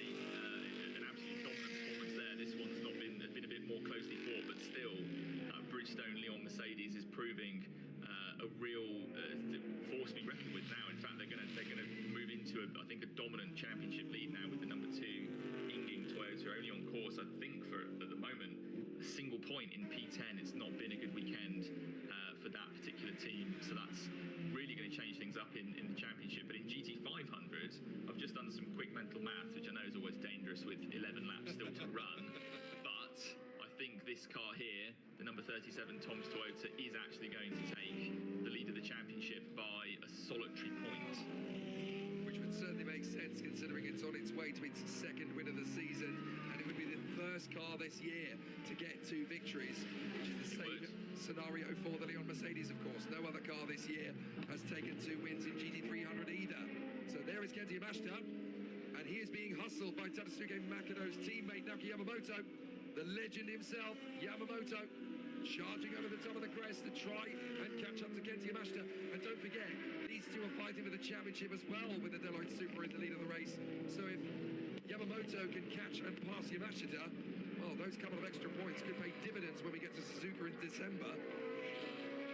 They certainly could, but also I was just thinking, this time a year ago, Yamamoto involved in that horrifying accident at the start-finish straight, contact with the Kondo Nissan, the GT3 car of Tepe Natori, putting him hard into the barriers. That was the end of the race on that occasion. And Yamamoto, I've been really impressed actually with Yamamoto this year, not only in this championship, but also perhaps especially in Super Formula, where he's really got back to close to his best form. And in Super GT, still proving again that he is one of the absolute top draw drivers in this championship. And if he can catch up and pass Kenty Yamashita in the next 10 laps, like you say, that would be important. It's only a couple of points difference, but this championship is so close, and every point you can grab, especially when the conditions are like this, when the success ballast and the fuel flow restrictors don't matter as much, those points are the ones that really, really pay you back at the end of the year. Well, this is a headache for Naoki Yamamoto. He found 2 GT300s at the worst possible point. He had to back down off the throttle, and if he's not careful, he's going to have a little bit of pressure himself, because that got very badly wrong, and off the road is going to go the Kondo Racing Nissan. God, that was a close one. Very tricky indeed there, as right off the road we had a very scary moment there for Teme Nattori, who was obviously a lap down on the car in front of him, Naoki Yamamoto. But even so, scary moment there. That could have brought us to a safety car with 10 laps to go too. Yeah, Teme Nattori down in P12, a lap off the pace. Obviously one of those cars, one of the 2 cars that was really caught out by the safety car and dropped to the rear of the field by having to make a late stop, so it's not worked out at all. There's the other car on Yokohama tyres, Senna Sakaguchi at the wheel, 8th place now, not a bad afternoon for them. It's been a really, really difficult season for them. It would actually be that car's best finish of the year if Sakaguchi can hold it on. There's Masataka Bando watching on from the pit wall. Obviously 3 points is nothing to really write home about, but such has been the difficult season they've had that it would be, I think, a positive result at the very least. But it looks like it's going to be difficult for Sakaguchi to push any higher up the order. Next up the road is Atsushi Miyake's Nissan Z, but that's I think several seconds up the road. I think it would be a tough ask to catch up. Giuliano Alesi now is it with an even bigger lead. He's actually putting on multiple seconds a lap on Toshiki Oyu. He's 21 seconds ahead. It's an absolutely amazing run for Giuliano Alesi here. And there's the sister Tom's car of Kenty Yamashita negotiating the traffic. He's still got Naoki Yamamoto for relatively close company as we see the battle here in GT300. This is the final points, or the final 2 points paying positions, 9th and 10th. Yui Tsutsumi there getting the move done on Hiroki Yoshimoto, or will he? They're a lap behind the D-Station Aston Martin that's running in P3 in class, but Tsutsumi there, he needs to battle for every point. The Leon Mercedes is going to get such a huge advantage by winning the race, so every point is important. And there's team director Hiroki Kato. He knows the significance of that move, even if it is only for P9, but certainly every point counts in the championship. He's got one of the J-Lock Lamborghinis up ahead as well. I'm not sure if that's a fighting position or not. I think it is actually. I think that is, yes, that is Motojima, isn't it, in the Lamborghini. So another position gain there for Yui Tsutsumi. A great lap or so. Well, he hasn't quite got it done yet. Here you see the power of the FIA GT3 cars with the straight line speed, and then you see the JAF car with its brilliant cornering and ability to brake very late. But then Motojima coming back as well. This battle isn't over yet. Tsutsumi to the inside. They've got Atsushi Miyake trying to come past the pair of them, and Miyake is actually right ahead of the Kondo car that's a lap further back there as well. Looks like Tsutsumi's finally got the move done, and it was Koburi with the Lambo, not Motojima, sorry. Yeah, the job is done there, and that's up to 8th position then for the Mutaringen car. That's big points gained in the last couple of laps, and that again could be the difference between winning the championship and coming second at the end of the season. Big moment there as we look at Charlie Fagg, who's incredibly almost a lap ahead of the 2 cars in front of him, and that just shows you the way this race has gone, as Ronnie Quintarelli is trying to work his way forward past them, and he's obviously got the timing right. 8 laps to go here at Sugo, and I have to say, looking back over this race, I know it was annoying yesterday that we didn't get any decent running in because of the rain conditions, but when we started when we did, full credit to the organisers for letting the race go ahead, because this has actually turned into a blueprint race for why Super GT is so spectacular.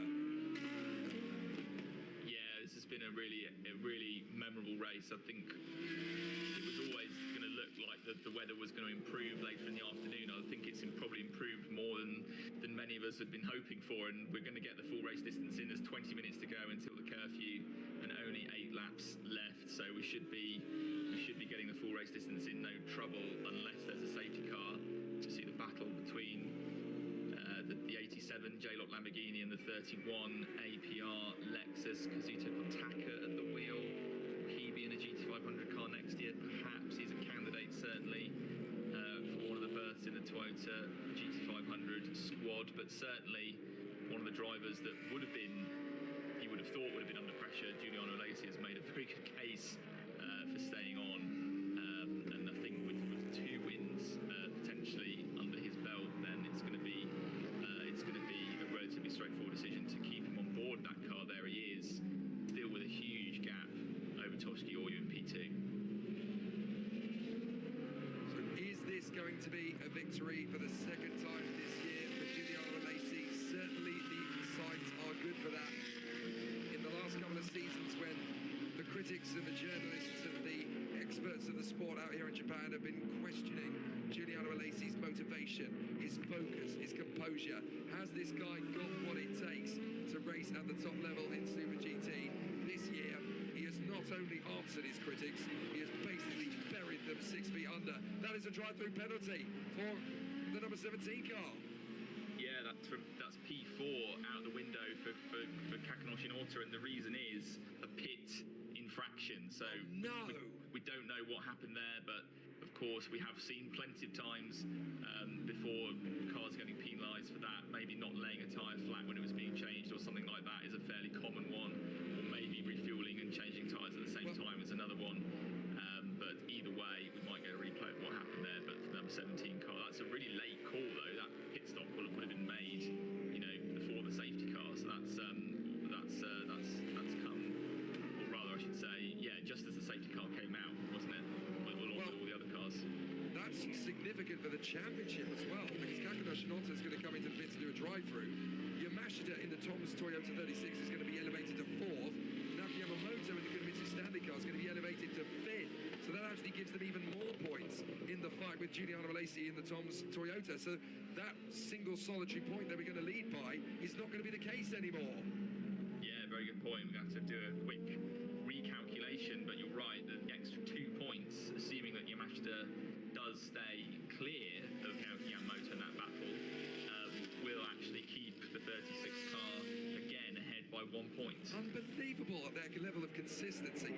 4th position in this race, now that we've got to dry running, in a car that's got 82 kilos of ballast.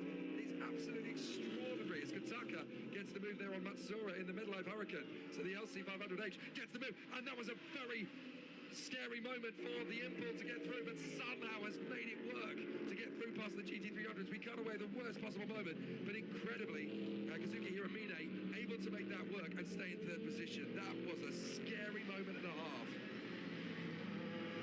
So just 5 laps to go now for Alesi to bring it home. We've seen quite a lot of him just serenely on his way. I mean, he's never really put a foot wrong. 17 seconds is the gap to Toshiki Oyu, so it has dropped very slightly, but of course, at this stage of the race, that's just going to be a degree of just taking it easy and not pushing too hard and not making any undue mistakes. And the same now goes for Takeo Shinohara as he finally cleared Lilo Wadu's Ferrari after a long battle. 6.4 seconds now, the difference between the 2 leading cars, but Wadu's still kept the gap back to Charlie Fagg pretty much level, hasn't she, with still more than 20 seconds separating those 2 cars. Yeah, I mean, as we said before, everything's got to be taken in context with the fact that she only did 9 laps coming into this race on a circuit that was in completely different circuit conditions. The cars behind her are driven by Charlie Fagg and Seiji Ara, 2 drivers who have been incredibly impressive over the course of this season so far. They're only separated by 4 seconds apiece. And for Lido to hold off to Takeo Shinohara in a car that's arguably in contention or certainly on course to win this year's championship for 28 laps on a circuit that she's had to learn for the first time. I mean, if Ferrari don't consider her for the hypercar program in 2026 and 2027, they don't deserve her.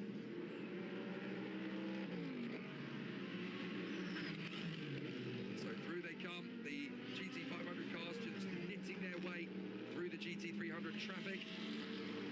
Excellent work so far, though, from Kenta Yamashita in this race. 4th position is going to be a brilliant return on investment for the heaviest car in the entire grid. And once again, proof of just how much hard work Shotsuboy and Kenta Yamashita have done to cement themselves in this car. We wondered, didn't we, if Rittama Miata's disappearance to Europe was actually going to hinder this particular team, was going to hinder the progress. Not on your Nelly, not when Kenti Yamashita has been able to strap himself into that seat and be just as impressive, certainly in the first part of this year. Great to see.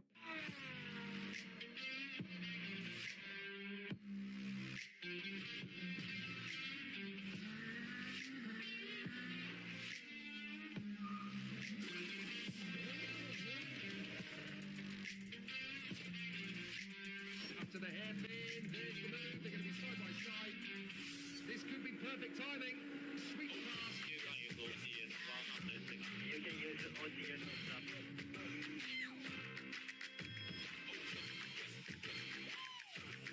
And we are ready for 2024 Super Formula to begin.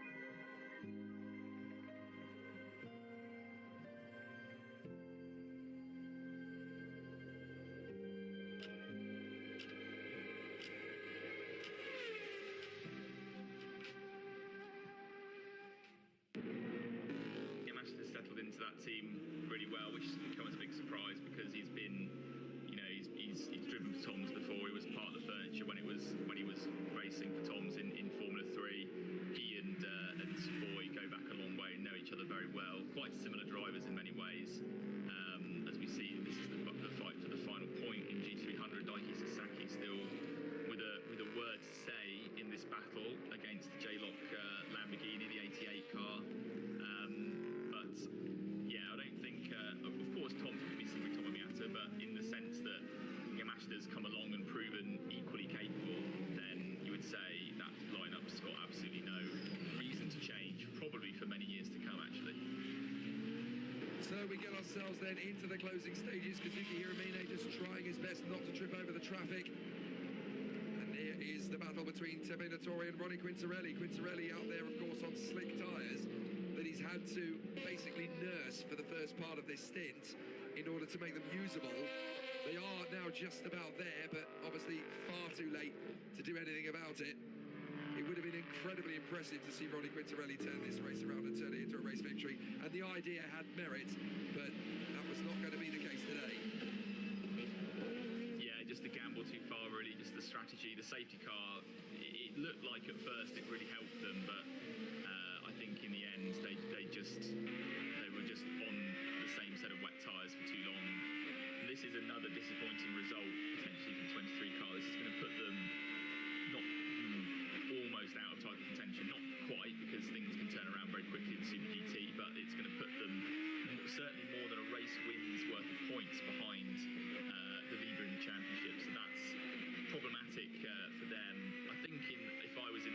situation, I think I would have taken the gamble anyway, because I think they were just going nowhere on those old wet tyres. I think they would have ended up in a not dissimilar position anyway. Maybe you could say, okay, you should have put on a new set of wets in that situation, but then would he be much further up the field than he is now? Maybe a position or two, not sure he would be that much better off.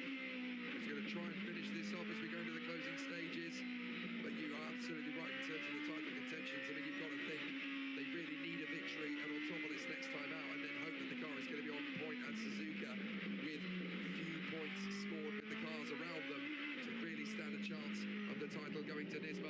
Into the last lap then goes Giuliano Malesi, and you have to say, given the context of the first stint, given the context of the second stint, in GT500, he is the driver of the day, just because this is such a giant crushing effort from a driver that we've had so much doubt about in the past.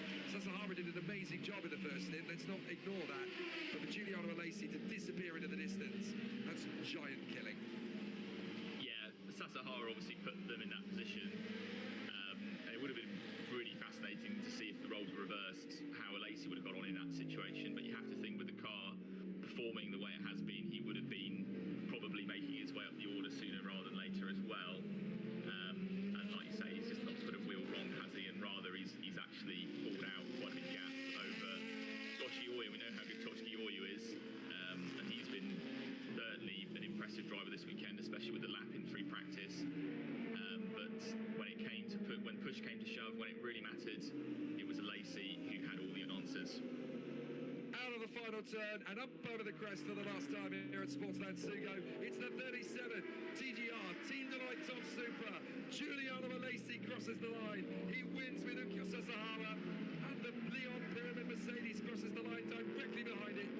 Noyagamu and Takura Shinohara in the R&D Leon Mercedes. Second place though for Kei Kotsalino and Lilu Wadu. The best ever result equalled by a woman in Super GT in history. And the first podium for a woman in Super GT, I do believe, since 1995, 29 years ago.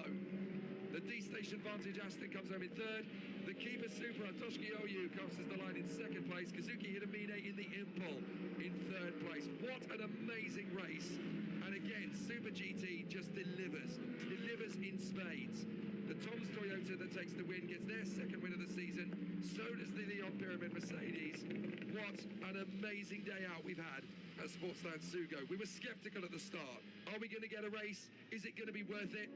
Of course it was. What a race day, what a battle, and what a winner in Giuliano Malesi and Ukyo Sasahara in the Tom Supra, and a brilliant performance in the Mercedes from Takura Shinohara and Noyagamu in the Leon Pyramid car. They were destined to win for the second time. What an amazing battle from both cars. And let's not forget, Suzuka, when the 37 car won, it was from pole position. It wasn't really a dominant race because the 14 car had the penalty that really helped them at the end. But this time they came from P14 on the grid. Just been one of those days. If you told me a couple of hours ago this would be the car that would win the race, I'd struggle to see how that was possible. But somehow it happened, and Sugo again with 10 minutes before the curfew cut off, and we've got the full race distance in. Another thing I wouldn't have predicted at the start of the day either. And it's just been a brilliant race. I think that's Sugo always delivers, especially when it's wet. I think Super GT races that are in mixed conditions are always ones to really savour, and today's been no exception. Man, I love Super GT. It always delivers. This is what we invest our time and our passion and our love in. Racing that is pure and unfiltered, just incredible race driving. I've given my candidate for GT500 driver of the day. In GT300, it's actually quite difficult because there are a few standout performances from the GT300. Charlie Fagg picking up the pieces in the Aston Martin to get them to third position is worth a mention. Kei Kotsalino's opening stint in the Ferrari was what got them into that position in the first place. But just because of the enormity of the pressure that was on her, the difficulties of having someone like Takura Shinohara, who was inevitably going to win at the wheel, and the fact that she kept it there for 28 laps, I've got to give it to Lilu Wadu. She equals history. First woman to get a second place in Super GT for 29 years. Great result for her. But this man has definitely silenced the doubters in GT500. Not only am I worthy of winning races, I could even be the 2024 champion. What a performance. Going back to the GT300 debate, I think if there hadn't been a safety car, then the Ponos Ferrari would have won Canter, because such was Wado's pace. I think she, with the lead that Cozzolino built up, I think she would have been fine. It was really the safety car that brought the Lyon car. Don't forget that car was, was off the road in the early part of the race in Naoya Gamour's hands. So that car really made a good comeback, but helped significantly by the safety car. So I think you have to bear that in mind. So yeah, for me, I'd probably say Cozzolino, Wadu as well, doing a great job. But to actually get the lead in the first place, I'd give it to Cozzolino personally. Yeah, I think it's absolutely fair, because Cozzolino's aggression in those early laps, trying to make those overtakes when you didn't really know if the car was going to bite enough. You didn't really know if the car was actually going to get round the bend. But he just had the audacity, he had the bravery, he had the sheer nerve to pull those moves off. It was absolutely, for me, Cozzolino's best ever drive in Super GT. Yeah, I'd struggle to think of a better one off the top of my head. As we see, Naoya Gamour probably also another driver who can't quite believe he's on the top step of the podium. There's belief here, isn't there? It's absolutely belief. And there's the Tom's crew, Michael Krum, the team director. He's come along and he's took over the role of team director at the start of this year, and he's now won 2 races with that car out of 5. It's quite remarkable, really. And I did speak to Michael at the start of the year, and he said, well, it's not. I don't feel like I'm actually doing that much. He told me at the time, but maybe just having someone at the helm who kind of sets the mood. Maybe he's put Alesi more at ease. I think there is a factor there. I think that there's more communication being done in English in that side of the pits as well, which surely is going to help Alesi. Toyota 1 and 2, the Tom Supra finishing ahead of the Keeper Saromo car. The Impul Nissan joining them on the podium for Kazuki Hiramine and Bertrand Baguette. The Tom Supra, though, ahead of the Stanley Civic, 4th and 5th. Then it is the Nismo Nissan of Takaboshi and Miyake, the Estemo Civic, the Wetsport Supra, the Enios Prime Supra, and the ALTA Mugen finishing in 10th position. The latter 2 cars in the top 10 a lap down today. The Denso Supra, then the Nismo Nissan of Chiro and Quintarelli, managing to finish ahead of Matsuda and Nattori in the end, but out the points. Then the Mogido Civic and the ALTA Mugen Civic. The Mercedes taking the victory then in GT300 ahead of the Ponos Ferrari, its best ever result, and Liluado only 4 seconds back at the flag. The D-Station Vantage Aston, another podium from the Study BMW, the Subaru BRZ, then the LC500H there, the Medalive Lamborghini, the Muta Inget car in a very valuable 8th place from the Cintium Corsa Supra, and the Ventani Lamborghini in the top 10. Realise this are just missing out on points for Sasaki and Oliveira, conspicuous by their absence today. Runner Revo in 12th from the Helm Motorsports GTR, and of course we had a fair few retirements coming through the mix. A lot of drivers not quite able to make it to the finish. The Hoppyshat Supra, the Le Mans Ferrari, the Gainer Tanax Nissan, of course, that brought out that safety car that robbed the Ponos Ferrari team of the victory. The K-Tunes Lexus and the Shade Racing GR86 car. Let's talk then with the winning crew, the Deloitte Supra. We'll hear from not only Giuliano Alesi and Sahara, but also from Michael Krum. We'll only need one translation though. So here's Yuki Sasahara.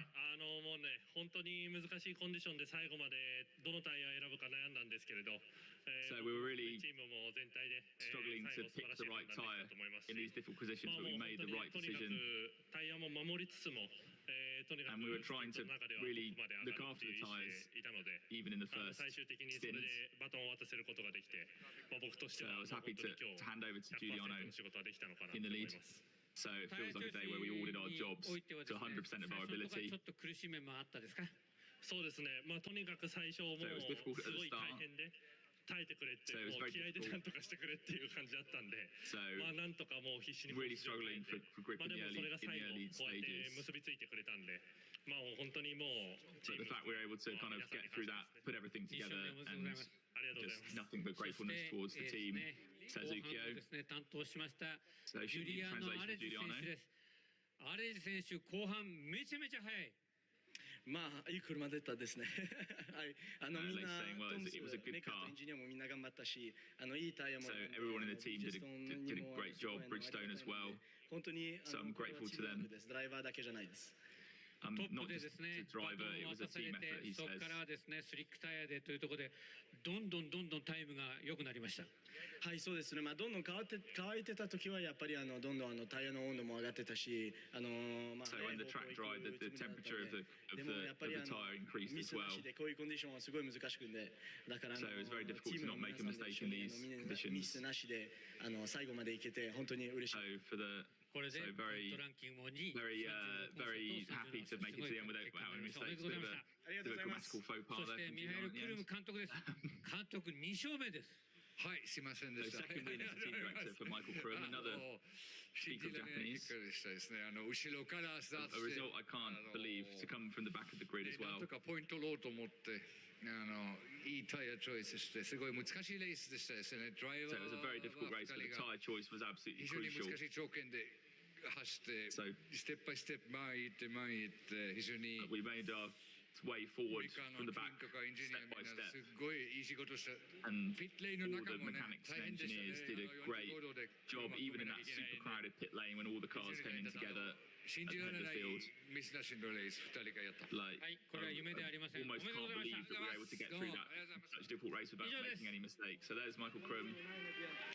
The second win as a team director, second win of the season パレ for ット these 大 guys. 学戦 GT300 クラス Now we head 見 over 事制したの to は Leon Racing. 65号車レオンピラミッド That's MG で the team director まさ Haruki かの Kurosawa in the middle of the 強 picture. いレースでした。